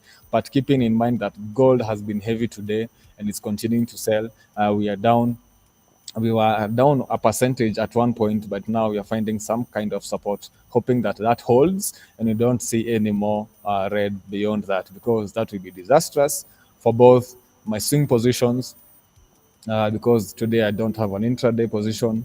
So yeah, for my swing position, that can be quite devastating, given that I had trailed my stops to around 23, 22. So I'll be getting stopped out on my trailing stop at 23, 22 if that is the case. But for now, we continue to hold that support level, and I'm looking for a reversal of that news print, given that if you are at all the buyers are going to show their hand, this is where they show their hand. And if that does not happen, today is Friday. Again, I'm expecting that it's close of business. Again, not much activity in terms of volume that might be coming in. But these markets can behave in all sorts of ways, and it will be curious to see what happens. Taking a step back, looking at silver, silver is again tanking as expected. Look at that. My stops were at break even, and we are not yet there. Let me just zoom out for everyone to see what has been happening on silver. So we were at breakout. If you are here yesterday, we talked about that. We moved our stops to break even, and anticipating that there might be a reversal on the way. Remember that you took partials at around 30.6, at around this. What is this? This kind of level right here. I can just mark it out for everyone to see. Yeah, we had partials taken at that point, which was we were anticipating some kind of reaction at that point. So we took partials, move our stops to break even, and now I think all the gains that we had made that far, we have given those back. But crucially, we are still at a support level for silver. If I can just map this out, we have this level which is quite critical right here, right there. So we are playing around with that level, looking to see what will happen. If that does not hold, then most likely we are going to find support in and around the zone that I've marked out in green, which is around the bottom of that range is about is at 29.523. So again, if that does not hold, again we'll be stopped out at break even after taking partials here. But again, for me, the outlook remains the same, that I'm bullish on the commodities. That has not changed. And unless price proves me otherwise, I am still bullish on commodities, expecting that these prices that you're seeing right now are a discount to what we might experience in the coming periods. Elsewhere, the Russell again today, we talked about this yesterday, that if you are coming to touch this upper trend line, then we might be moving downwards or bearish to come and test that the local low or the local swing low at around 1998 or 2000 or so. And guess what is happening right now? We have seen the Russell come down today. It's not quite significant, but crucially, we have broken the local support, the 4-hour support at around 2014. And now we are kind of retesting that area to see if the bears are still in piling up on their short positions on the Russell. But as far as the Russell is concerned, we're still holding on to that bearish momentum, looking to test the lower trend line at some point at around 2000 flat, or maybe by extension, see the 1900s come into play for that matter. That is on the Russell. Elsewhere in the crypto world, Bitcoin again continues to give back all the gains that he had made since it broke out of that 64,000 area. Right now, we are playing around 63.5 area. And again, this is a very crucial level for the crypto bros. I am not one, like I indicated before. But yeah, crypto is continuing to tank, and I'm guessing Coinbase is also following in the same manner. Elsewhere, like we talked about, Nvidia down around 3.5% on the day, and that explains why the Nasdaq, sorry, is not experiencing any kind of buys today. It's all red in the market in the Nasdaq, as gold continues to tank more than a percentage down on the day. And yeah, that support level continuing to be the anchor right now, but it looks like it might be broken, and we might see a 2% drop to these levels of the 2300, which for me will be a deal breaker. Like I said, I've traded my stops to around 23. And if that happens, I'll be stopped out on my swings. But again, I'm expecting that this is another chance for me to go long on gold and silver. But I might be forced to choose one, if I get stopped out on both of them, then I might be forced to choose one of those, either gold or silver, because to me, they have very Which one clean do you setups to prefer? the up. Which one do you I'll prefer prefer between gold going and with gold. I will prefer going with gold at this point, because gold is much cleaner from where I stand. Gold is much cleaner because we are in this range. I talked about this, I guess, before Fauz came on. This range to me is quite significant because people are just waiting to see. People are just waiting to see. The bulls have not given up. The bulls have not given up on that range. So to me, this range is quite crucial. And if we are still holding this kind of support, I expect this push towards the all-time highs will be momentous, although it might be coming in slower than expected. But as the market continues to watch and see what happens with the data, for example, the one we've just seen today, I think it was hotter than expected, if I'm not wrong. Just confirming that.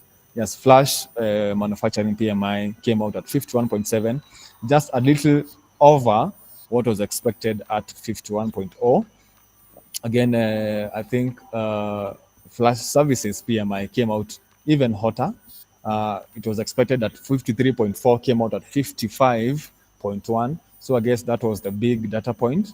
That is leading to a bullish dollar against falling commodities and falling silver and gold for that matter. So again, we are at that 1.21% level on gold.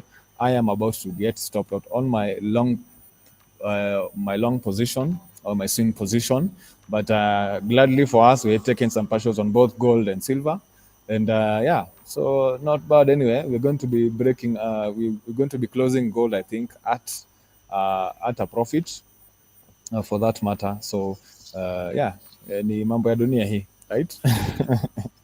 I think I've had a thing from my MT5, so that should be me getting stopped out. Remember, it was a trailing stop. It was a trailing stop, yeah. So a bad day for commodities. following the news release. Like I said, the markets are very emotional. This is what we're continuing to see. Every tick in information is leading to quite a significant. I'm not in stop out yet. Oh, it's just alarming me that it's coming close to my stop out level at 23.23. So yeah, not stopped out yet. So hopefully we turn around. But as things stand, we are yet to see lower prices today. That can be quite worrisome.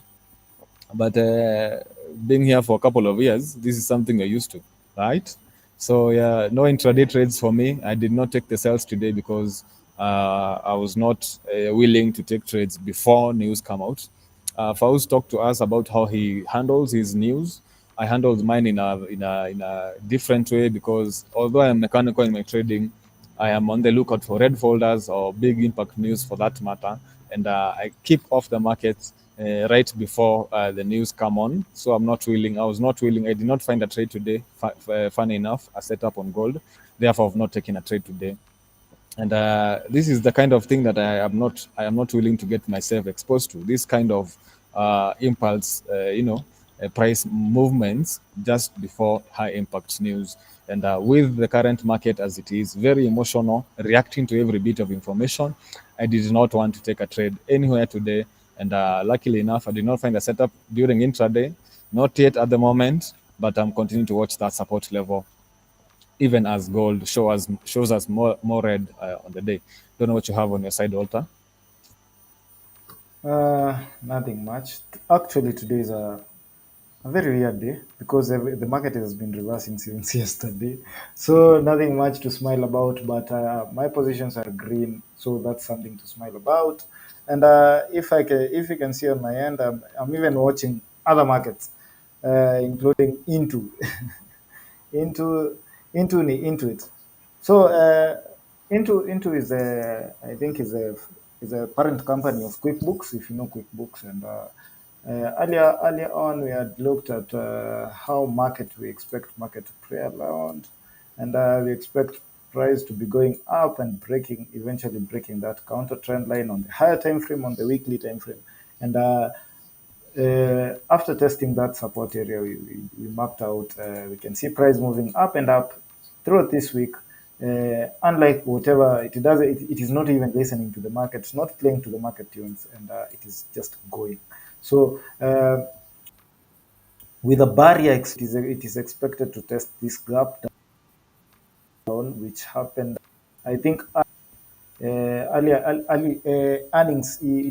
The gap down was due to earnings last month, and price has just approached that gap down, and then it has been rejected. But we if it maintains the current strength which has shown since the resistance down here, the support down here, we expect to go through that gap down and then break out. So in other news, I think Nasdaq. Let's talk about US 30 first before we talk about Nasdaq. US 30 definitely it is not obeying anybody.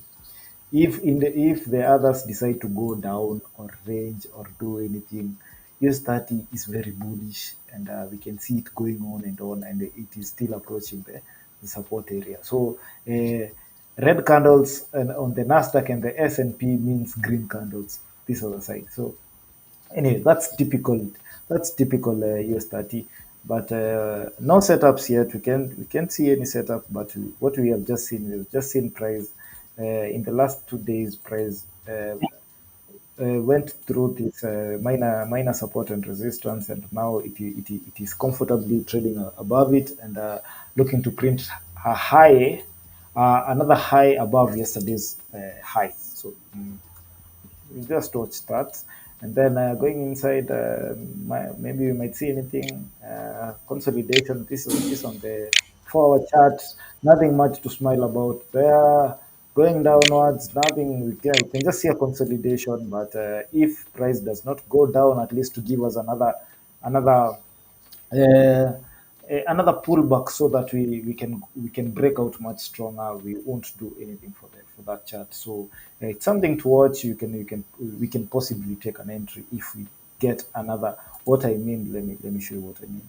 I mean, ha, ha, ha. let me start again. I mean, we saw price going up. We see that retracement ya kwanza, then another one before breaking that high. If we can see price get around here, we can comfortably play a breakout up. But so far, we can just see price trying to go up and trying to beat yesterday's high. And if it beats yesterday's high, no setup, it's just a simple retracement and just price gearing up. So nothing to talk about there. I think I've just exhausted whatever important was to talk about there. But if we see price break that, definitely we get into longs. These are US 30 for the first time. I don't know in a while, in a pretty much while. After somebody called Jesse forced me onto this other side of Nasdaq and the US 500. So what you can see here, we can see price trying to come up after the first hour, and we can see price really trying to come up after the first hour, after the bell, and remaining with the 15 minutes, you can see price trying, really trying. I'm talking about Nasdaq right now, and yeah, trying to come up, and yeah, gains zirudishwe kidogo, and if you can look at the S&P 500, and it's like a mirror of the other, and we can still see price trying to come back up. And if I can go to Microsoft, I'm just following my watch list because today is not that an interesting day. Nothing much is happening across the, or before I even talk about the Nasdaq, I mean the Microsoft, we can go through the chip names, and for the chip names, I think we can start with Nvidia and see what price action is happening down there, because that's what is moving right now, the market, because the market is pretty down unusually. So unusually for the for lately, because it's usual for the market sometimes to go down. But what you can see, we can see the market opened down, and then price is now trying to come back up on the lower time frame. So will we close green? Who knows? But chances are we are coming back up, and the bulls want to see price go higher. If we drop to Qualcomm doing pretty much the same. Price is still trying to go higher, test the gap down, which was printed at the open, and yeah, I think it's the same across the board. We can see Broadcom doing the same. I hope it was not loaded yet, but we can see price just taking a support, and we can see rejection down there. So if you are big on the sells, you might be you might be it might be the right time to reconsider your moves, because price is now getting brutally coming back up, because even on the SMIC, SMICI SMCI, I'm sorry, we can see that 4 hour retest, and after the retest, we can see a rejection of price of the counter trend line, and we can see price moving back up. So beware, beware, beware. And if you are able to play this setup, I think this is the best area to be loading some buys, because we can see price testing deeper into the retest, and now it's coming back up and pushing towards the top.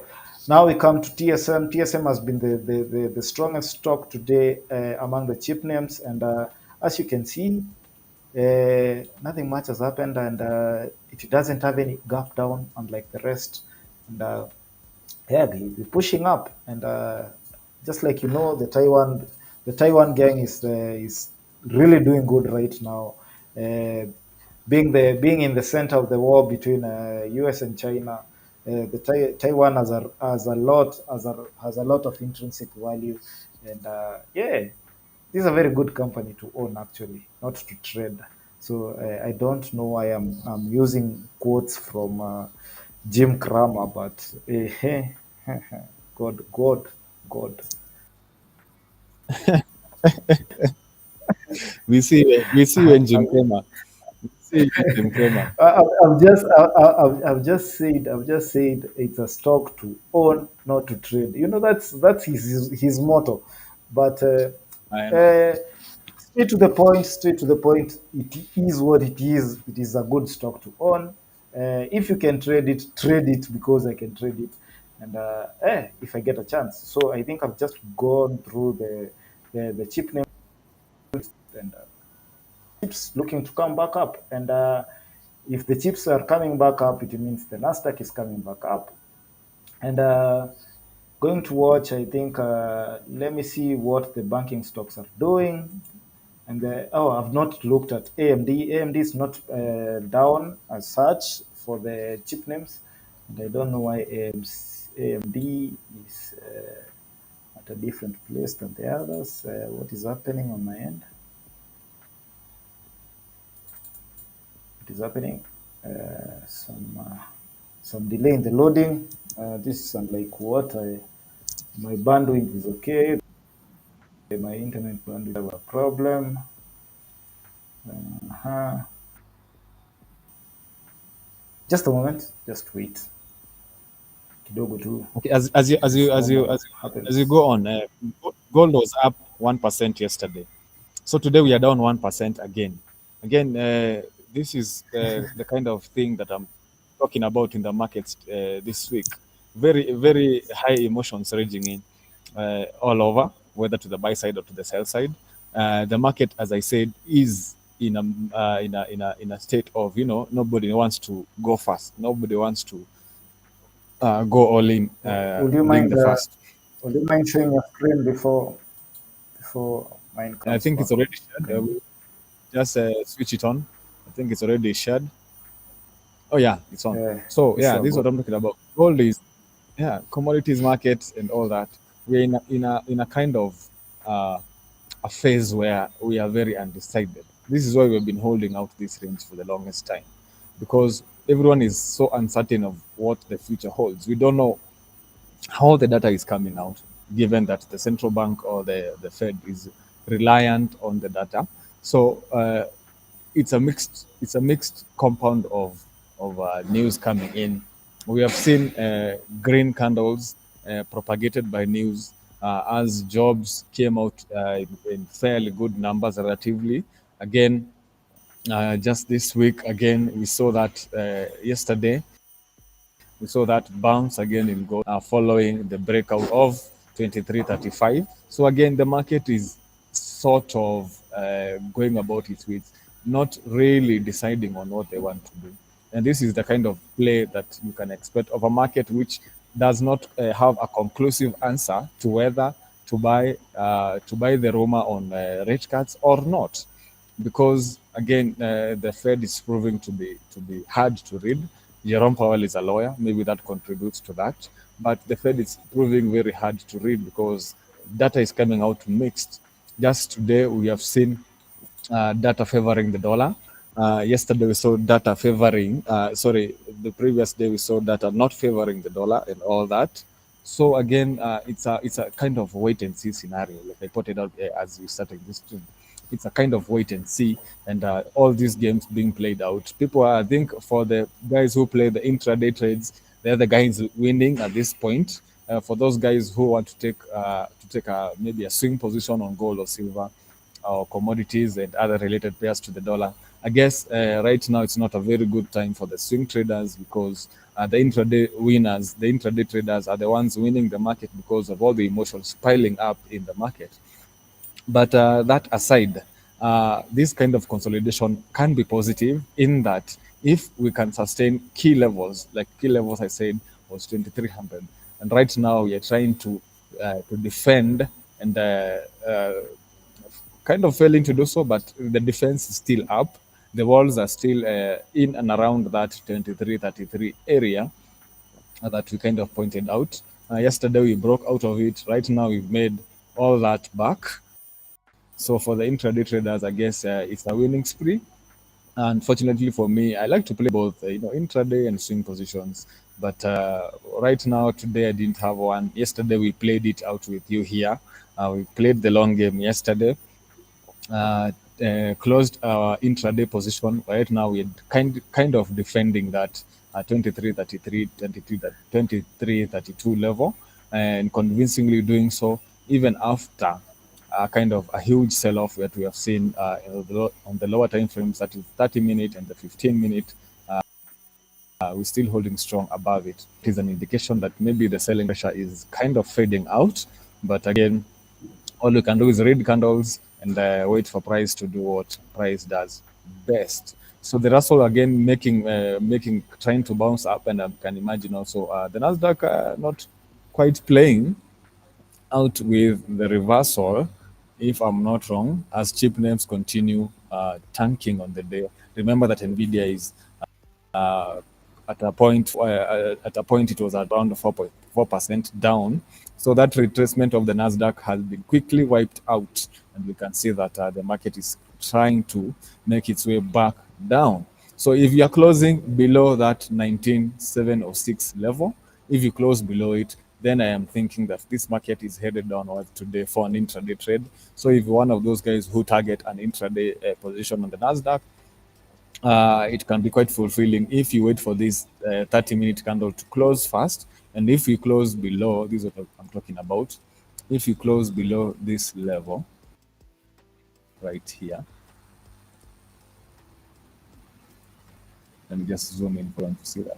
So if you're closing below that level on this current candle, that is the 30-minute candle, then you, okay, yeah. I think if you're closing below that, then it is a clear indication that the bears have set camp on the Nasdaq today, and you might be experiencing a kind of day where the Nasdaq comes in and hits 1% down. I think it was at that point at some at some instance today.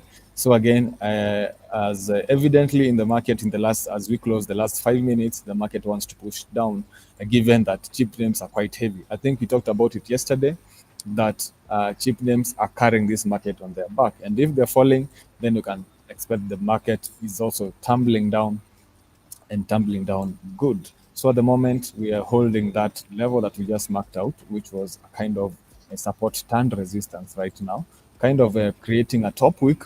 The buyers, all the gas that the buyers had failed to take it up at maybe sea green today, and the bears right up there, they have shown that they're in the market today. They're ready to with their arsenal.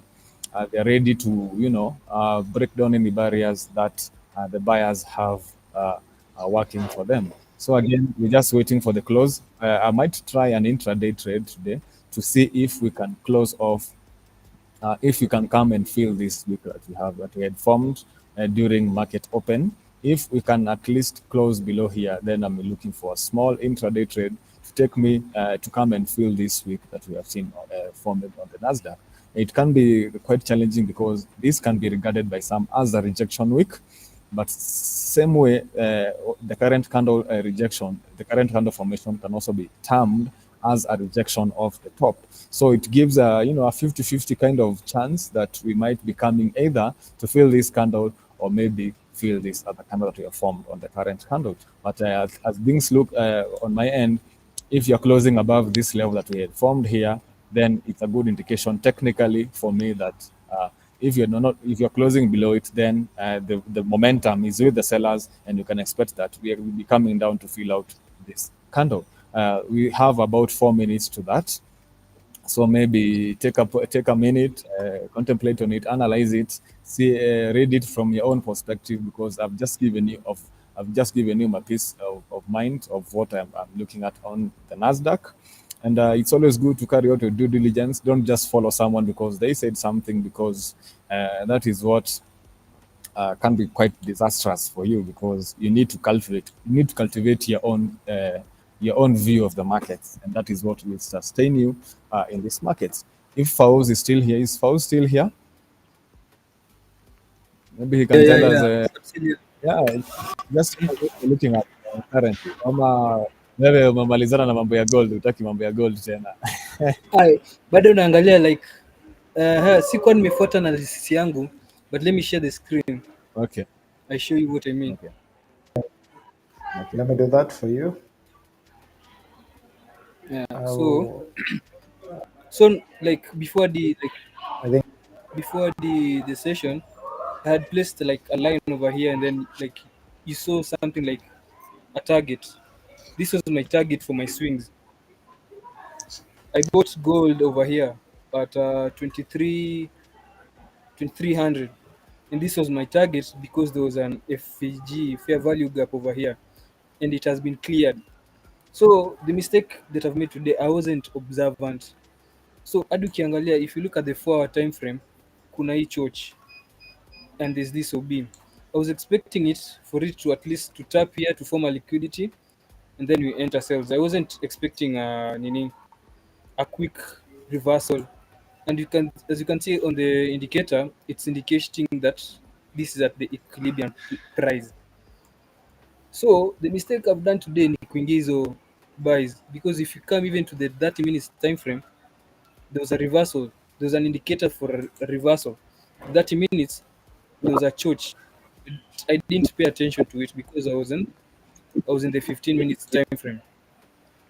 So for gold, I'm hoping for buys. I'm just hoping for buys. If I get 4 hours church, as I've written over here, I wait for 4 hour church for buys. If FVG present, the better. I'm waiting for a bearish church, and then I'll enter buys between this zone. Where is it? 2320 and 2296. If I get a church here and then some FVG like this one, where is it? Like these ones on the 4 hour time frame, I'm going to get into buys. So as you've said, like at this time, the market hasn't decided like which direction. Like buyers and sellers are still fighting. So by the end of it, I'm hoping for buys at these two zones. Awesome, Okay. awesome, awesome, awesome. As we always say, if there's a fight between bulls and bears, whoever wins, technically or conventionally, is the direction of the current trend. And what is the current trend? The current trend is a bullish trend. So for me, if this fight is going to be resolved at some point, then I expect that it will be resolved in the direction of the current trend, which is a bullish trend. Therefore, this reinforces again what I've been always saying. I am looking for long positions on gold. That has not changed. The only time that will change if we come below and break 2300 or 28 or 2280. That will be my signal that the market has told me, hold on to your horses, as someone was holding it on to someone else's horses yesterday. I don't know who that was, and I don't want to go Yes. into that. Hey Rico did that thing. You know the guy? I don't know the guy, but Rico Mondi Oh, went with the host today. If you oh didn't yeah, see, yeah, today I saw that. yeah, yeah. I saw that again. Okay. But anyways, Yeah, so yeah. you continuing, Jesse, am I continuing? Okay, okay. So as long as you're holding that, I'm expecting that this fight is most likely going to be resolving in the direction of the trend, which is a bullish trend. Therefore, I reinforce my position until I am forced to do otherwise. And again, the market is not made of cement. It does not keep at one place at any one time. It follows its own direction, just like water does. So again, therefore, my conviction follows what price does, and if price is like water, then I'm also like water, and yeah, we'll see what happens, and if anything changes, I'll also be changing my conviction. But for now, I remain bullish on commodities. Yeah, so yeah, that is what I'm looking at. For other things, I've not talked about oil in a while since starting this stream. Today we broke out yesterday's daily high. If my chart is up, we broke out yesterday's daily high, and we're still moving on strong. Like I said, playing around with this kind of local resistance here, which again is what if I go to the 4 hour, I think it's much clearer the kind of resistance that we have to deal with. This is a kind of resistance that is present on the 4 hour. If you can just chat it out, because kuna watu hawana macho, watu wamerushiwa tear gas sana vizuri of late. So there we go. So we have that kind of local resistance. And right now, guess what is happening? We are trying to break from that resistance and trying to push on upwards. That is for WTI. A very good indication that my target of 84s might come sooner or later. and therefore that is quite a good indication that oil wants to arc higher or go higher for that matter. And if we are, at all we are going to be breaking again today's high at 82.139, expect that oil will be pushing even much higher, following a consolidation on the 4 hour. You see how price was chopping around these areas here. Price was very much choppy in and around here, but finally we are having the first candle trying to close above that consolidation or that kind of confusion level. And if that candle is closing bullish, then you can expect much higher prices. Remember that this candle is only around 30 minutes old, and in 30 minutes it's managing to clear all this traffic, just inching up higher and higher, meaning that this fight has been won, and this fight has been won by the bulls that is on oil. Remember, there are so many fundamentals that are following up on oil. We have the OPEC countries. Just a reminder, we have OPEC countries which seem to be cutting down on demand for on supply for oil, while demand in places like the US is continuing to go up, given that we are coming into summer, and in summer people travel a lot. People the consumption for oil products in the US is kind of high, so that demand is inching up, and this is why we can see that markets are trying to price in those supply cartels even before they attempt to come in. Remember, those oil cuts are coming by the end of this month. They have not started. And I think, Walter, I told you before, price always listens to me, and look at what is happening. Look at what is happening. Price listens to me again, breaking the today's high again as we inch higher. If any one of you out there is stuck somewhere, price does not want to go your way, tweet me. I will talk to price, and price will go your way as it is doing my way. Back to Haya, you, Walter. endelea tu. Anyway, this is your week to shine because commodities are doing really well. So on my end, I've just spotted something very interesting. I'd like to share it with you guys. Just wait a minute. I switched my screen, and this is what I've just seen. So price opened higher on Microsoft, and just flashed down before breaking the all-time high. So what has happened? And if you don't mind me, I can remove this. And we have just created a counter trend line, and that counter trend line on the intraday looks like a very good entry point for more buys to the top. And like I told you, you take advantage of these things because if the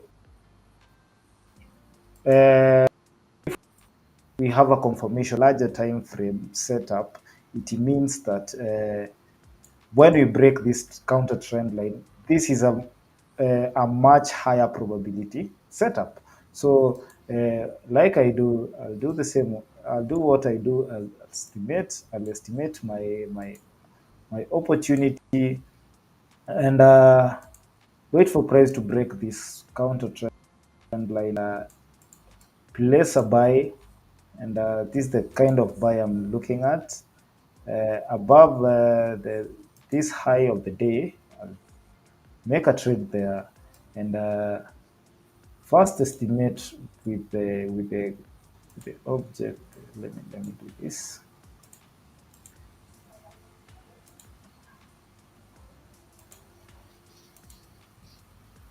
This will be my TP, and we coming back down. I think a good will be around this gap down, and not around there. I'll just make a 1:2 for healthy purposes.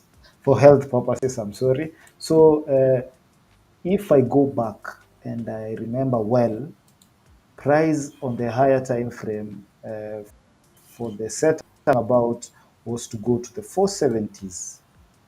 So if price actions play out well, when I get when I get uh,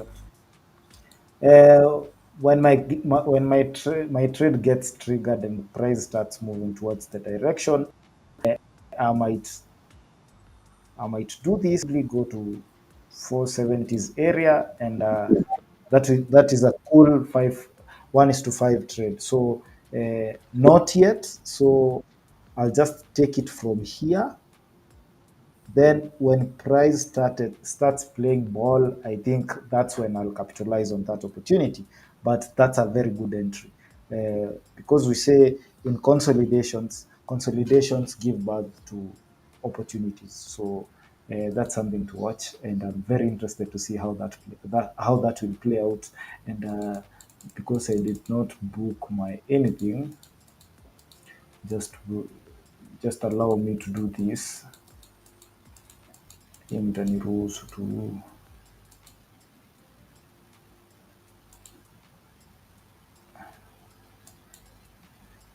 I know you can say a lot about this, but I really want to return my estimated setup. So this is what I wanted to return. So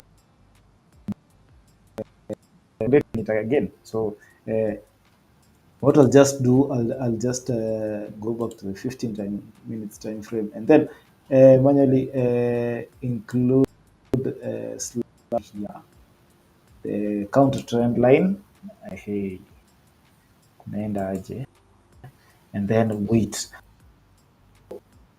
Oh no, there are only 4 trades that are running, and only 4 trades. I mean for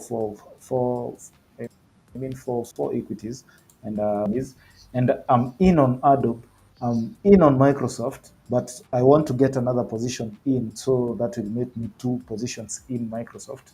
I have 2 Tesla positions.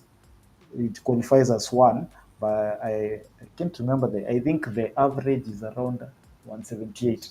178. Right now we are at 182, so I'm still up on both of them, and I have 2 trades on Amazon. So four companies, but 2 trades each, except Adobe, and I'm not looking on adding on Adobe because it's really moving weird. So I'm really expecting Microsoft to do something, and I want to enter another position on Tesla when it breaks this counter trend line. The counter trend line, I think I highlighted yesterday. I've been highlighting it since Tuesday, but this week, my God, hi, very emotional week, like Jesse said, and I'm really waiting for this setup to break out. This setup, if it breaks on, and if you can remember, my positions on this are I have 2 positions down here, one at 177 and 179. So that's why it gives an average of around 178, and those positions are courtesy of this earlier setup, this the one we can see on the, and just a reminder, kwa sababu hizi vitu tumefanya, and we expect price to go to 200. So whenever I take this other setup entry, I'll just expect price to go to the 200s, and I'll take opportunity of any. And if you look keenly at what is happening on my portfolio, I'm buying only the Mag sevens, because are the most stable stocks, unlike the others. I'm not looking to add on any other positions. I'll just go through whatever I'm seeing on other stocks, and because we have just been talking about Microsoft, Tesla, and Amazon, I just want to look at whatever is happening on the Meta side and the Facebook side of things. And this is what I'm looking at. I'm looking at a channel. I don't know why my menu is not loading or bit slow. I don't know why, but you can see this channel, very respected, but price is very sticky and doing pretty much of nothing. And we expect a breakout here and a breakout here. If I won't be too weighted on my portfolio, I think I'll just add another position, but still very far. Nothing to smile about, nothing to watch there. So we just wait, but something very hopeful. We can still see the same kind of price action on the Apple side, where we have a channel down, or we can call it a flag because it's a leak, and we can see price trying to go up, but price as well. But if it breaks this counter trend line, we are in for buys, and Google. This is I feel like I have a loss, but I'm not even playing this setup, but it has left me.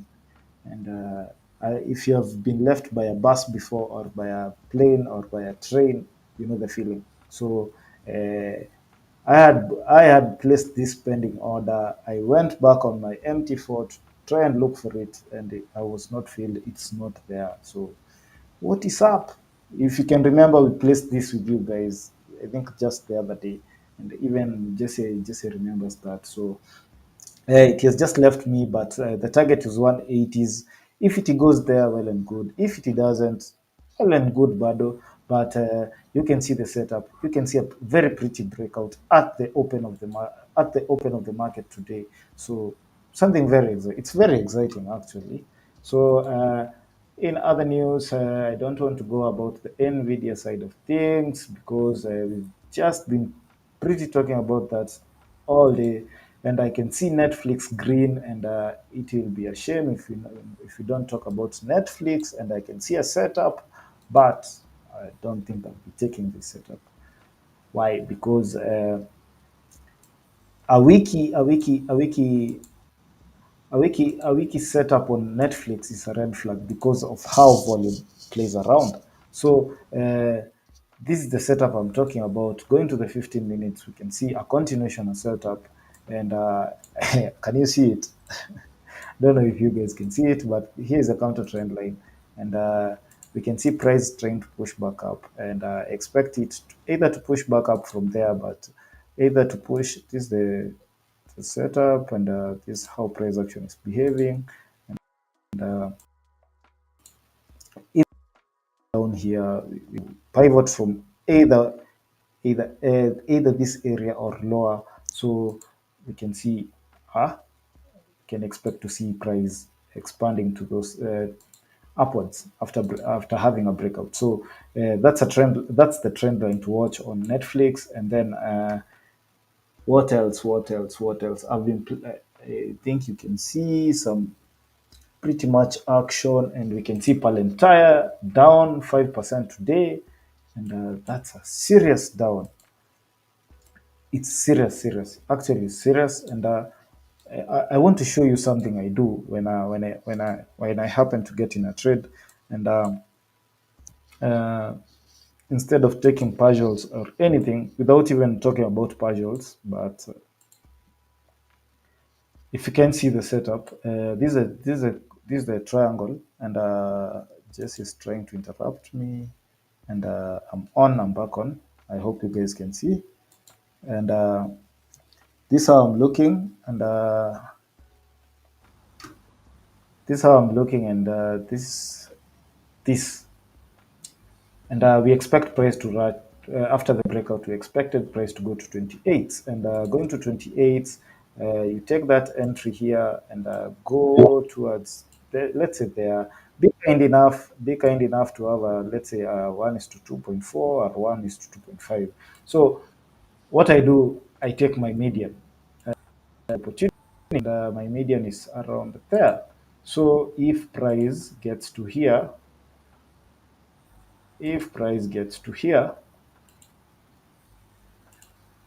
I do a break even with a third of this towards the top. I have I relieve something if possible, if I have entered with a good lot size. So uh, after breaking even, it means this trade tumekuwa tusha stopped out. We could have been stopped out. Why? Because that's my risk management criteria. So that's that. So I think for Palantir, it is looking like we are having a reversal. And why do I do that? I do that because, one, if you can see, price has not after breakout, price has not beaten the point A, and this means there is a higher chance of price doing this. Price might print a B here. It might still stick to B, but it means point C is changing. And if this point C changes to here, we can possibly see a lower price action go back up. So creating another counter trend line, and trashing this. He, hiyo nimeibia mtu siri. Hiyo nimesikia kama nimejipeana. Anyway, it's that's how it happens, and that's how I interact with my classicals. So anyway, going forward, we'll just wait and see if price will reverse from here and possibly go to the 2800s. If not, if it goes down and lower, back inside the setup, we might be able to we might be forced to change where to change our pivot for point D and point C. So moving forward, I don't want to stay there because, but I think I've just said a lot, and that's something good. If enough, you could have known how I risk manage, how I manage my trade, my running trades, and managing your trades. There's something called there's one thing analyzing a trade. There's another thing managing your trade. So there's something else executing and another thing managing your trade. So there's analysis, there's executing, and what? There is management. Management and executing ndio zina it tells you who you are. So I remember when I was teaching back then, because I've had students before, and what I used to say, and I used to tell them, even if I teach you mkiwa wawili pamoja, because I had an approach of teaching one person only. I didn't like teaching in a class setup because people are different, and emotions are different, and we are working in a market where we are constantly dealing with fear and greed.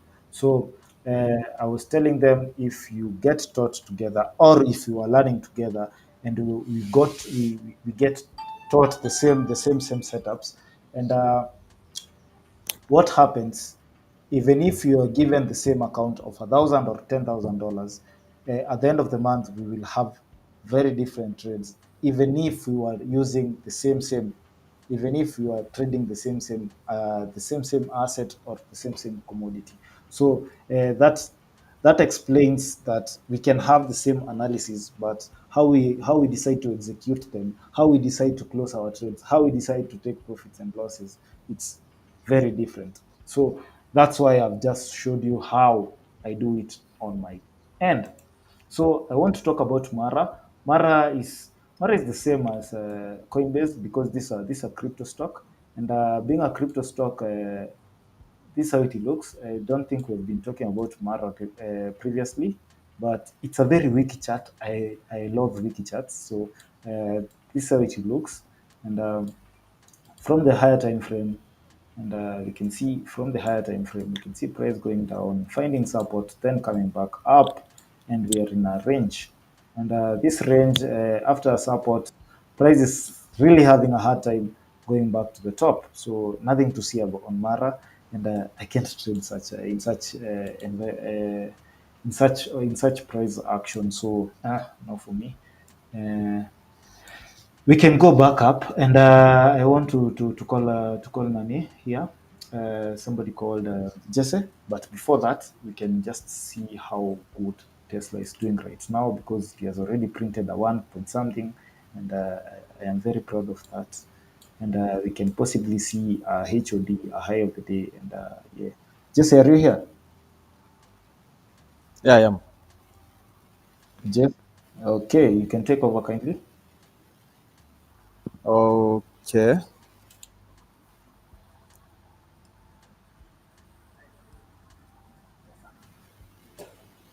I hope my Go screen is on. visible. So I'm just continuing to watch the commodities. I had exposures in both silver and gold. None of those have been stopped out, luckily. On silver, the trailed stop or the break-even, the break-even point has not yet been reached. So we are kind of bouncing around that support area that I was talking about earlier. And this is a good sign that maybe the selling pressure is coming back down. But also something else I noted is that we had a release of yet another data point, and this is the existing home sales. and also the CB leading index month over month. Now, this data point, especially the existing home sales, came in hotter than expected.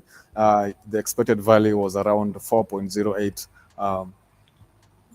million in home sales, but this is existing home sales. Remember that don't confuse this with building permits, which insinuate that the U.S. economy on release data that reflect the situation when it comes to building new buildings or new homes. This is the existing home sales, meaning that these houses have already been built. Therefore, it's just it's a kind of a consumer market where uh, consumers buy already existing houses, and this has gone up significantly.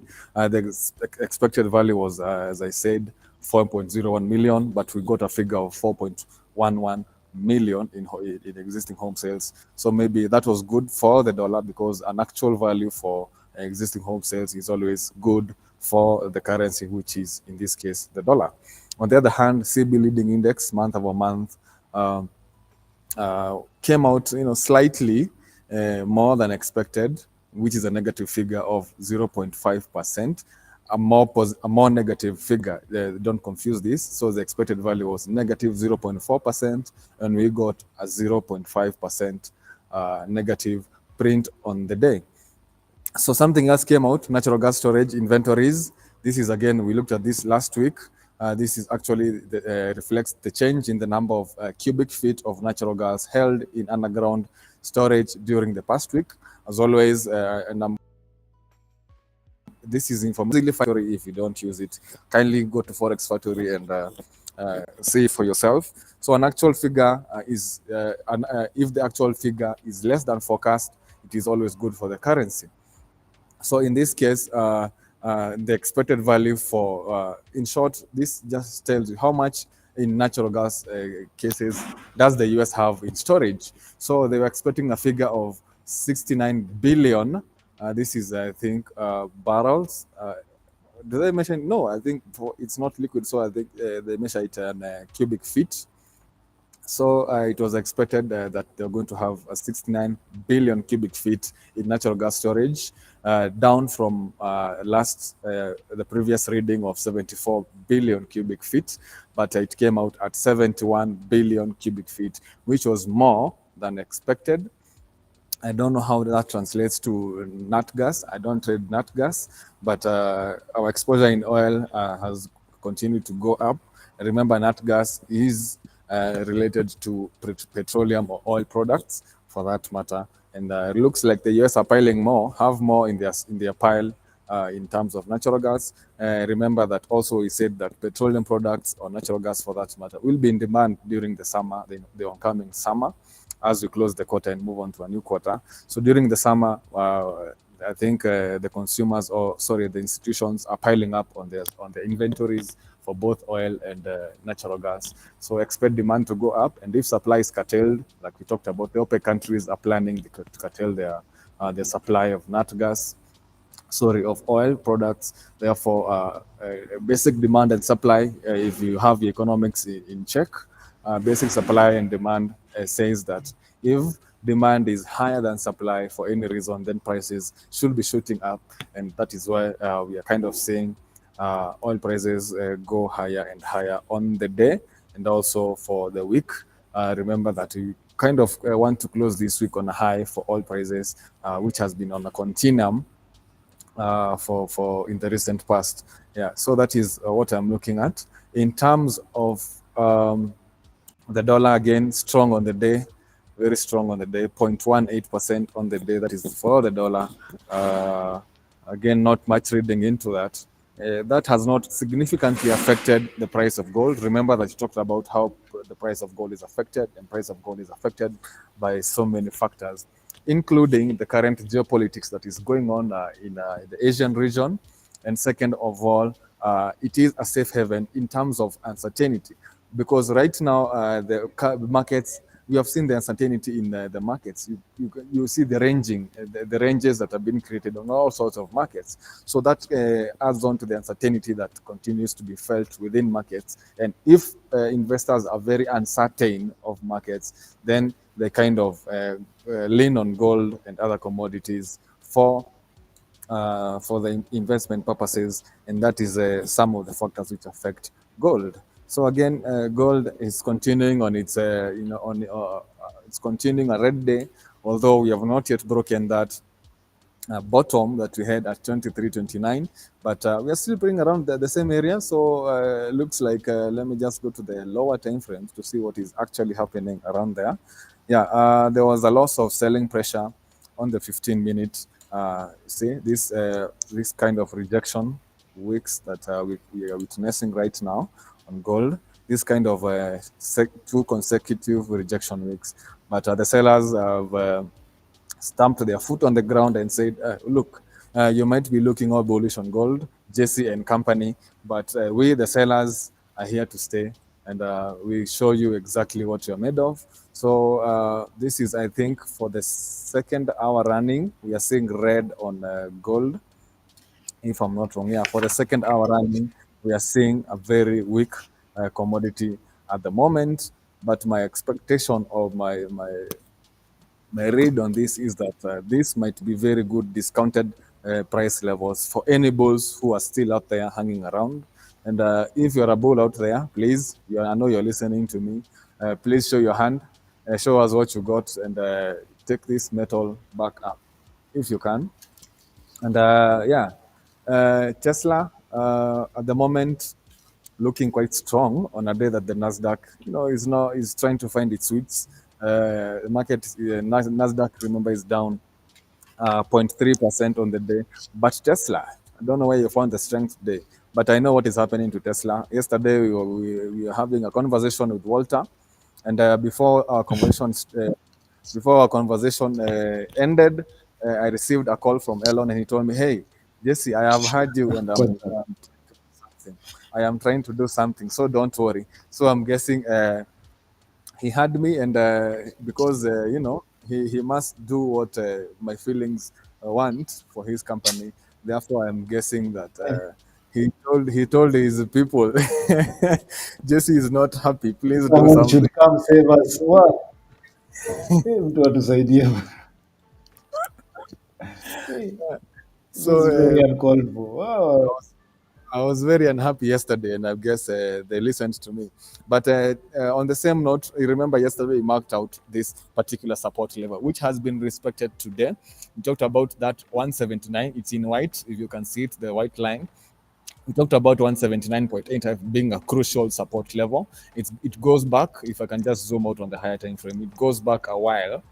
Um, let me see, let me see, let me see, let me see.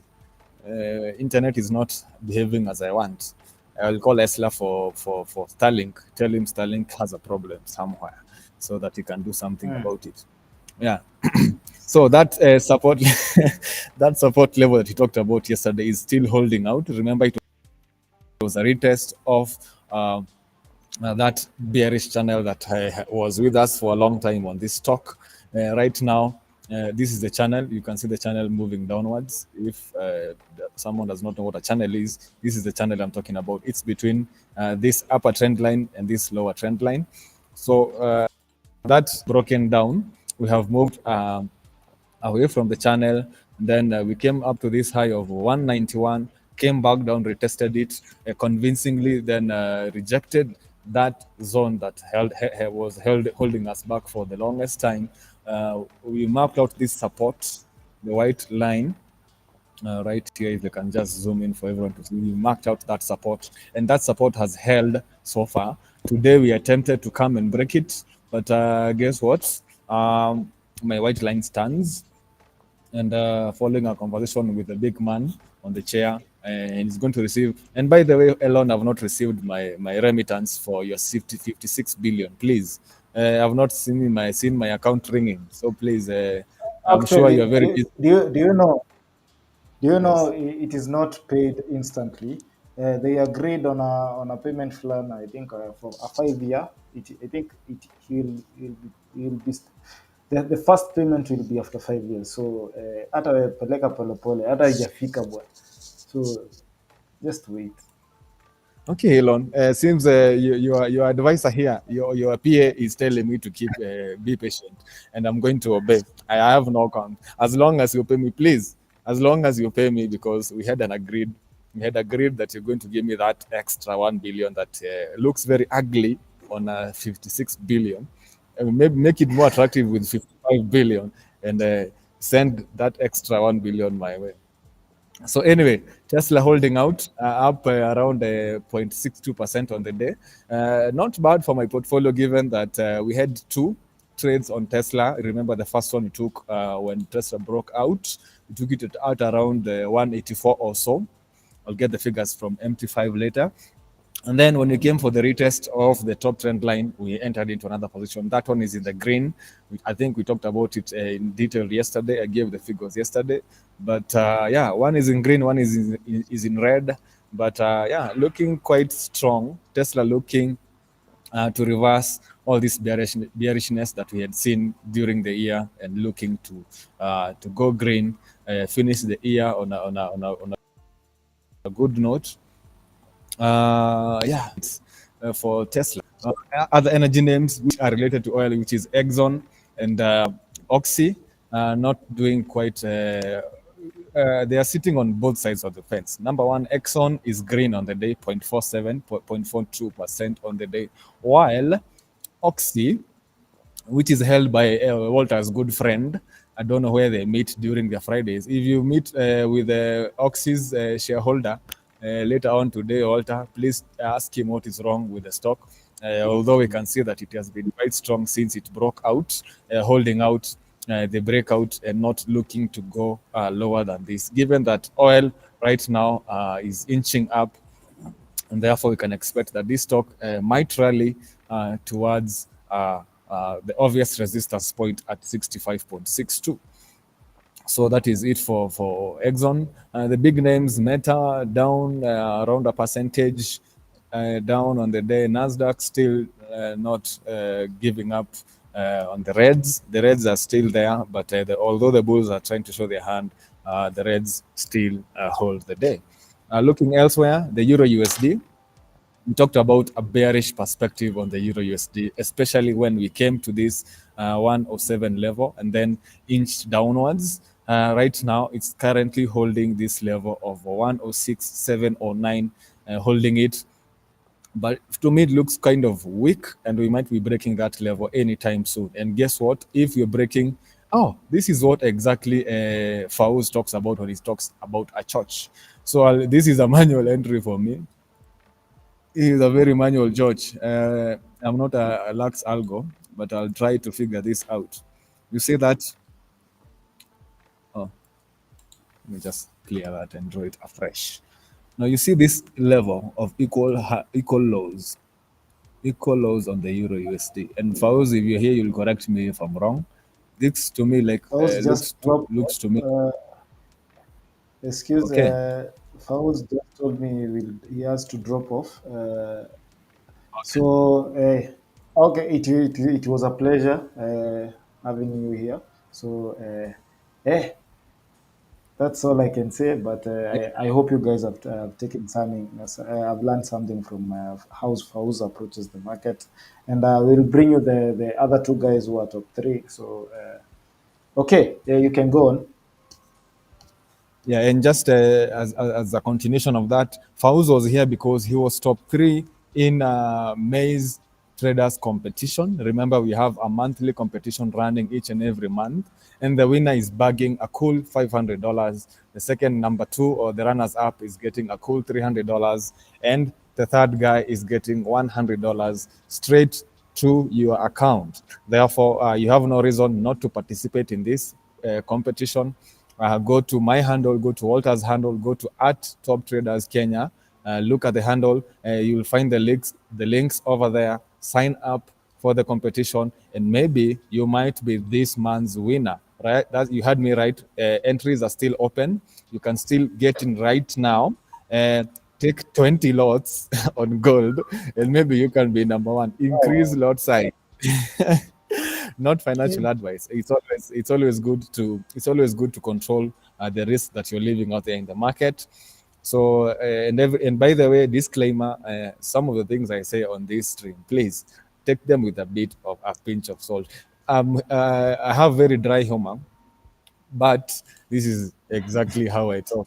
I talk fluent English, I talk fluent Swahili, I talk fluent mother tongue, and I also talk fluent sarcasm. So Okay. take everything with a pinch of salt. Yes, take everything with a pinch of salt. Not everything on this stream should be taken seriously. So take the serious bits, take the sarcasm, combine those two, and maybe we can have a great time on the stream each time we are here. Remember, we are here from Monday to Friday at 3:30 p.m. You can catch us over here.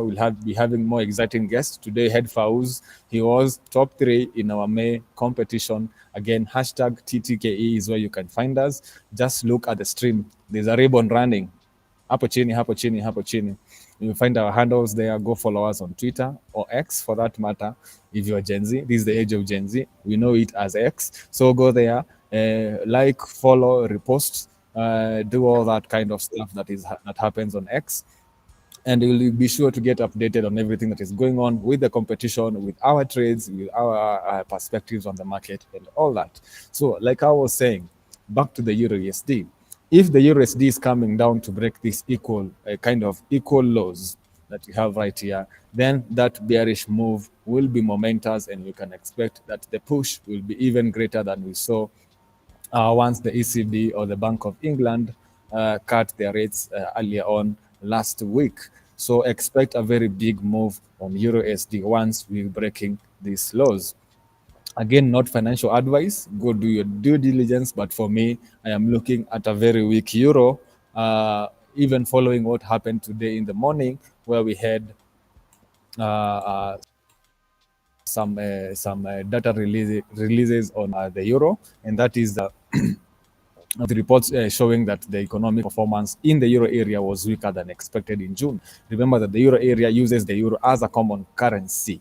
Therefore, if that weakness in the euro I expect that weakness to continue on, even as we see some of the eurozone countries such as France and Germany experiencing some kind of slowing economies and economic activity. We have been experiencing some kind of weakness when it comes to economic data that has been raising concerns with the health of the eurozone or the euro economy. Therefore, I am looking at a very weak euro, and I'm expecting that the bearish moves or the sellers continue being present or being felt in the euro USD pair. In other areas, my God, it's Friday, man. Everything's just slowing up as we conclude the week, conclude the day. Yeah, but overall, gold is looking to close this week where it started off, almost where it started off, and yeah, maybe giving investors a fresh outlook and a chance to create a new perspective on where exactly they want to take gold and other assets such as silver, where they want to take the Nasdaq. Yeah. So you remember that this week, as on Monday, I think we pointed this out. It was going to be a week of defense. It was going to be a week where even though you're expecting some subtle moves here and there, it was going to be a week where investors will be weighing their positions or weighing their portfolios as we come from the back of huge news releases last week. Remember, last week was very volatile. Therefore, this week was going to be a little bit subdued as everyone, tries to crunch the data, tries to weigh their. If I have to add on that, Yes. futures for the futures, the contracts were I think maturing earlier this week. I think on Wednesday. So lazima utaona some movement in the market. So I think yesterday, if I'm not wrong, the futures were maturing Wednesday towards the close. So and Wednesday we had a holiday still. So I think Yes. Thursday. So that's Okay. why. Continue. Thank you, thank you, thank you. I don't have much to say except to tell guys, sign up for the competition. If you don't want to participate this month, you can always create your account so that you're ready to participate on the first day of the coming month, the first trading day of the coming month. To book your place, just head on to our respective Twitter handles. You'll find the links there. We have a community on Twitter. Follow at Top Traders Kenya, and you'll get all the insights and how you can participate in that competition. And maybe, just maybe, you can be the next guest, because you'll have won yourself either the $500 or the $300 or the $100. We can be inviting you here to tell us all about your trading strategy.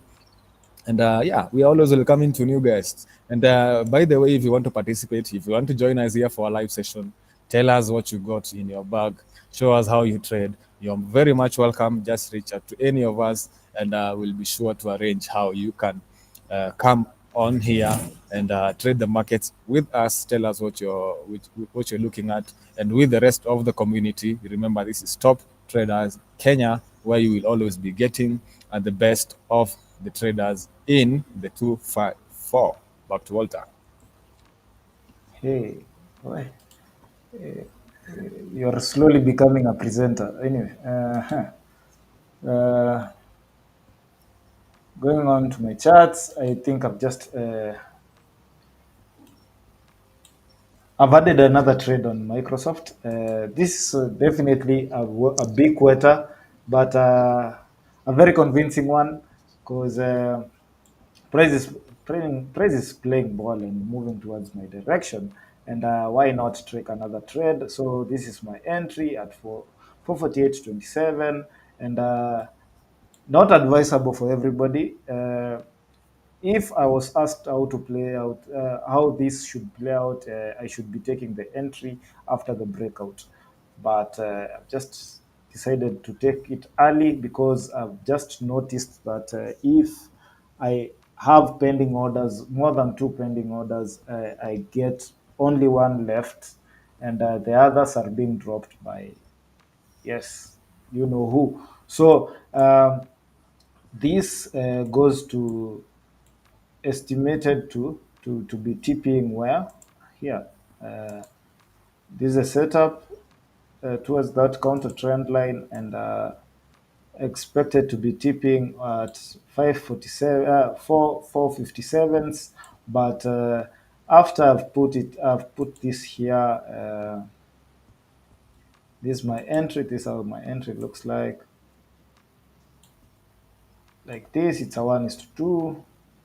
So what I've just done, I've ignored this, and then after placing my entry, I've just let it run to 470s, because I have conviction that price will go towards that direction, and that's why I've just had an early entry.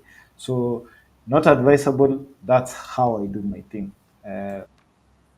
When I take its on, and hopefully it will go well. And this is my exit here. So going to the higher time frame, going on to the higher time frame, I think I should be dropping this, but this is where we expect price to. This is where I'm looking to break even. So I think that line should be dotted, and not to confuse anyone who's looking in and watching this trade while it goes live. And what I've just done, I've just removed the. If you can remember on Microsoft, I had that the RR thing, but this is my initial entry. This is my added entry. So I'll just do this. I'll just name this, all of this. And to name it, I think I'll just go to text, and I want it to go to the right and the middle right. So yes, this is entry one. Entry one. And it's too big. Wow, it's too big. The font should be a little kitu ndogo, at least. Entry one, and this is my entry two.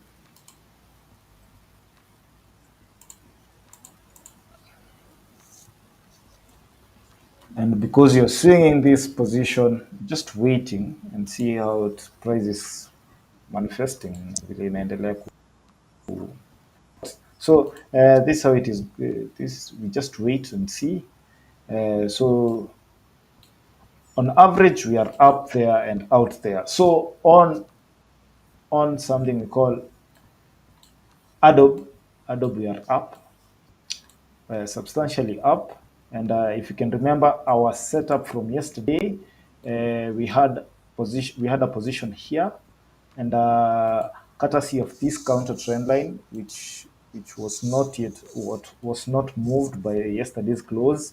So I had the position here, I had my stop here, and I was very lucky not to be stopped out. But what we can see, prices now moved up and now trading at the entry point.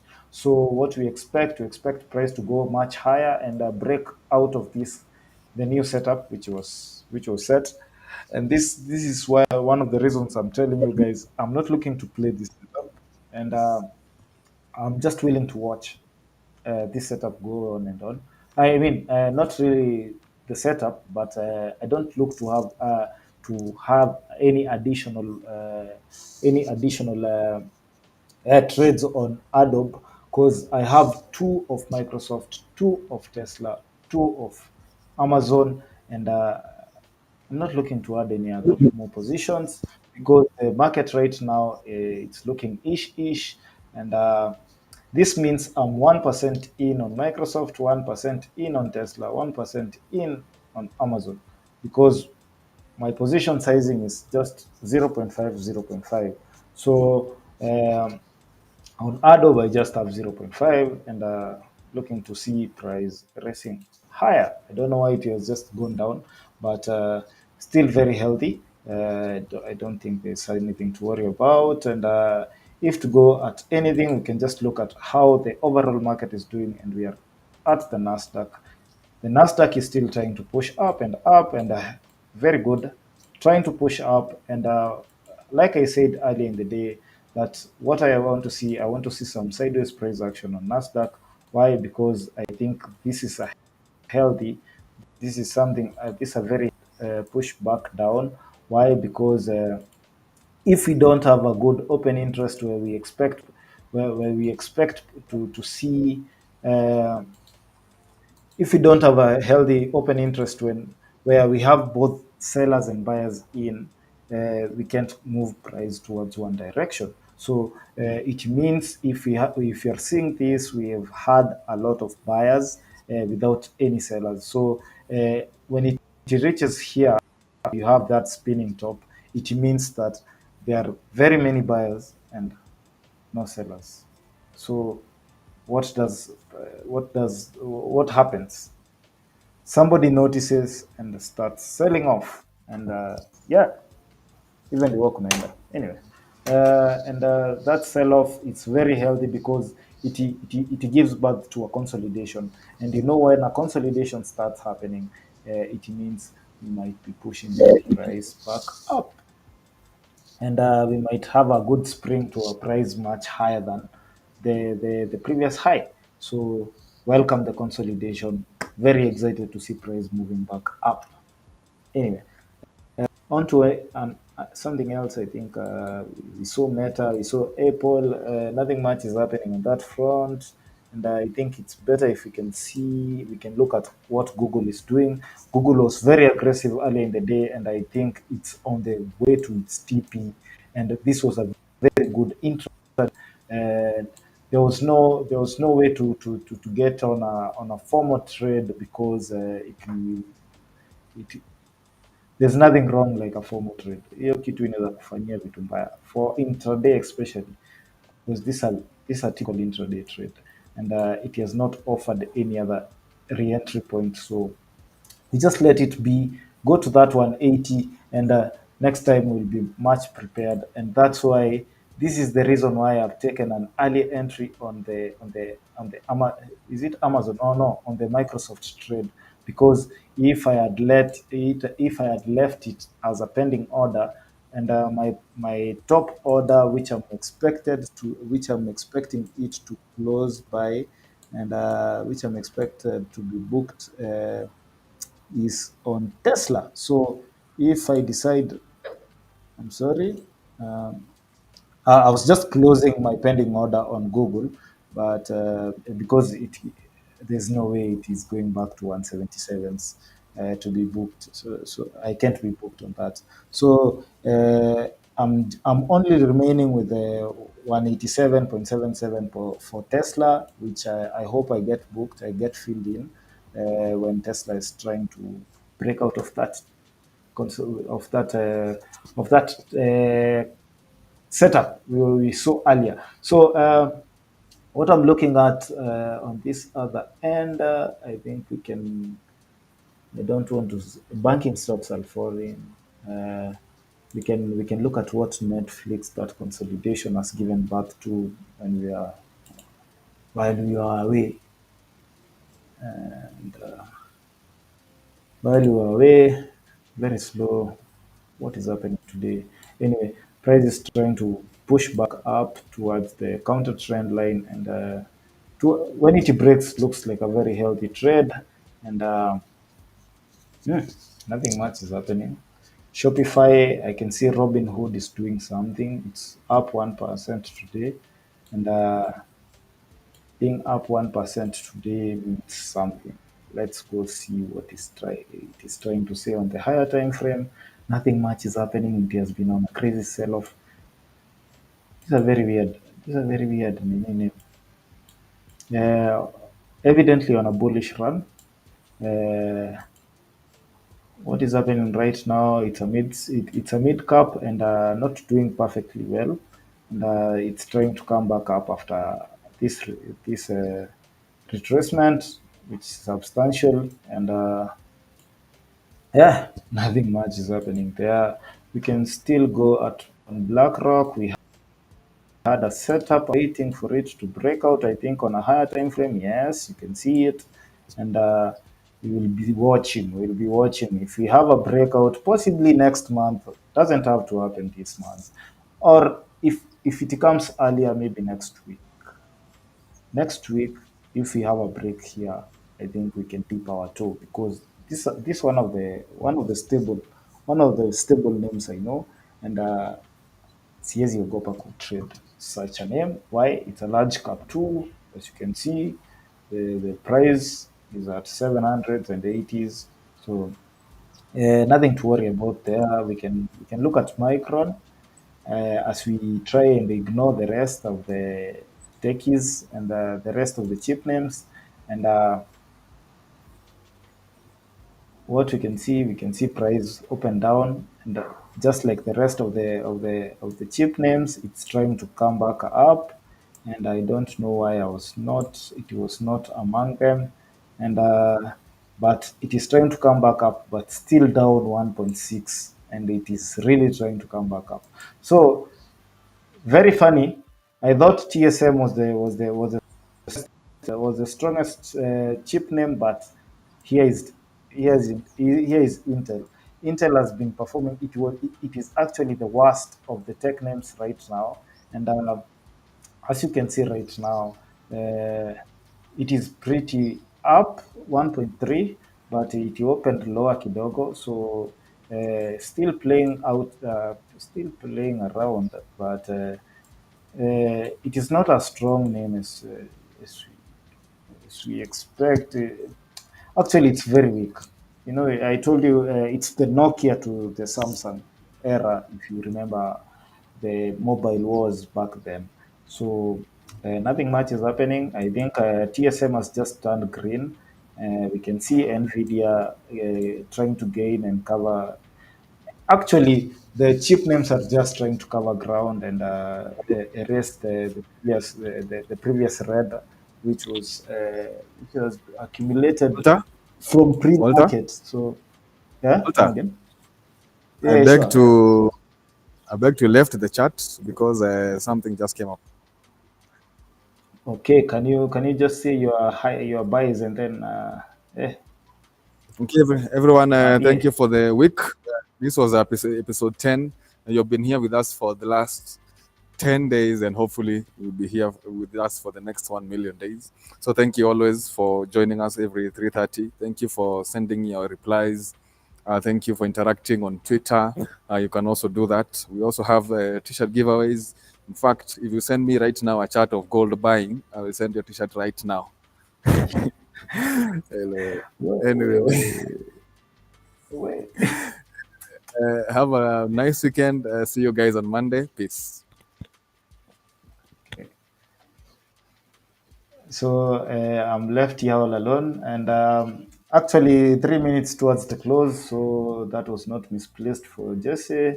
And what I can see Amazon trying to break out and print another high of the day and stay above the counter trend line of this 4 hour setup, which I was I was very anticipating this to break out, and I want to see a volume breakout. I want to see a volume back to breakout so that we can see at least the 200s. So this is something I'm very excited for because a very hopeful setup, and Amazon is a strong name. Although overvalued kidogo, right now we can still enjoy that while it is still there. So we can see Tesla doing its thing, playing around. I don't want to talk a lot about it. We can see Microsoft doing the same, but very steady, unlike Tesla. And then we can see Adobe doing the same thing as Tesla, but not as far displaced as anything else. So those are my trades. Nothing much to see right now, and a very slow Friday, but a very eventful week. Even though emotional, we had a holiday, so nothing much has been happening. But I think next week will be much faster. Why?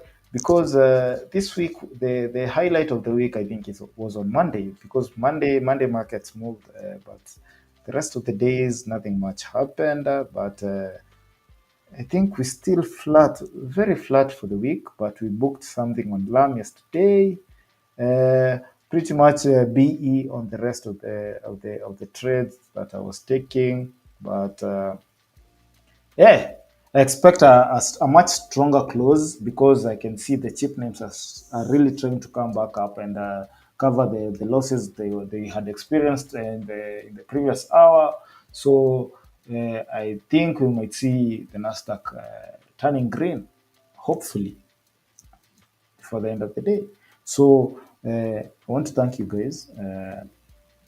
I want you guys to go to my YouTube channel, not our YouTube channel, the Top Traders Kenya. Uh, Go subscribe, at least like, rewatch these videos if you find them interesting, or if you have missed these videos. So they're archived there on YouTube, and if you do that, I think it's just a boost. A like is nothing to you can't go bad with a like with a what's wrong with a like? I won't know it's you. The same way on Twitter, if you like, nobody will know.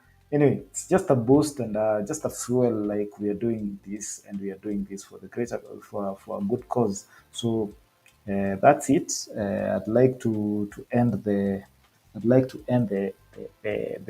stream right now and meet on Monday. So have a great weekend. Have a good weekend. Make sure you touch grass because don't be a dull boy. So you know how it goes. Anyway, thanks a lot.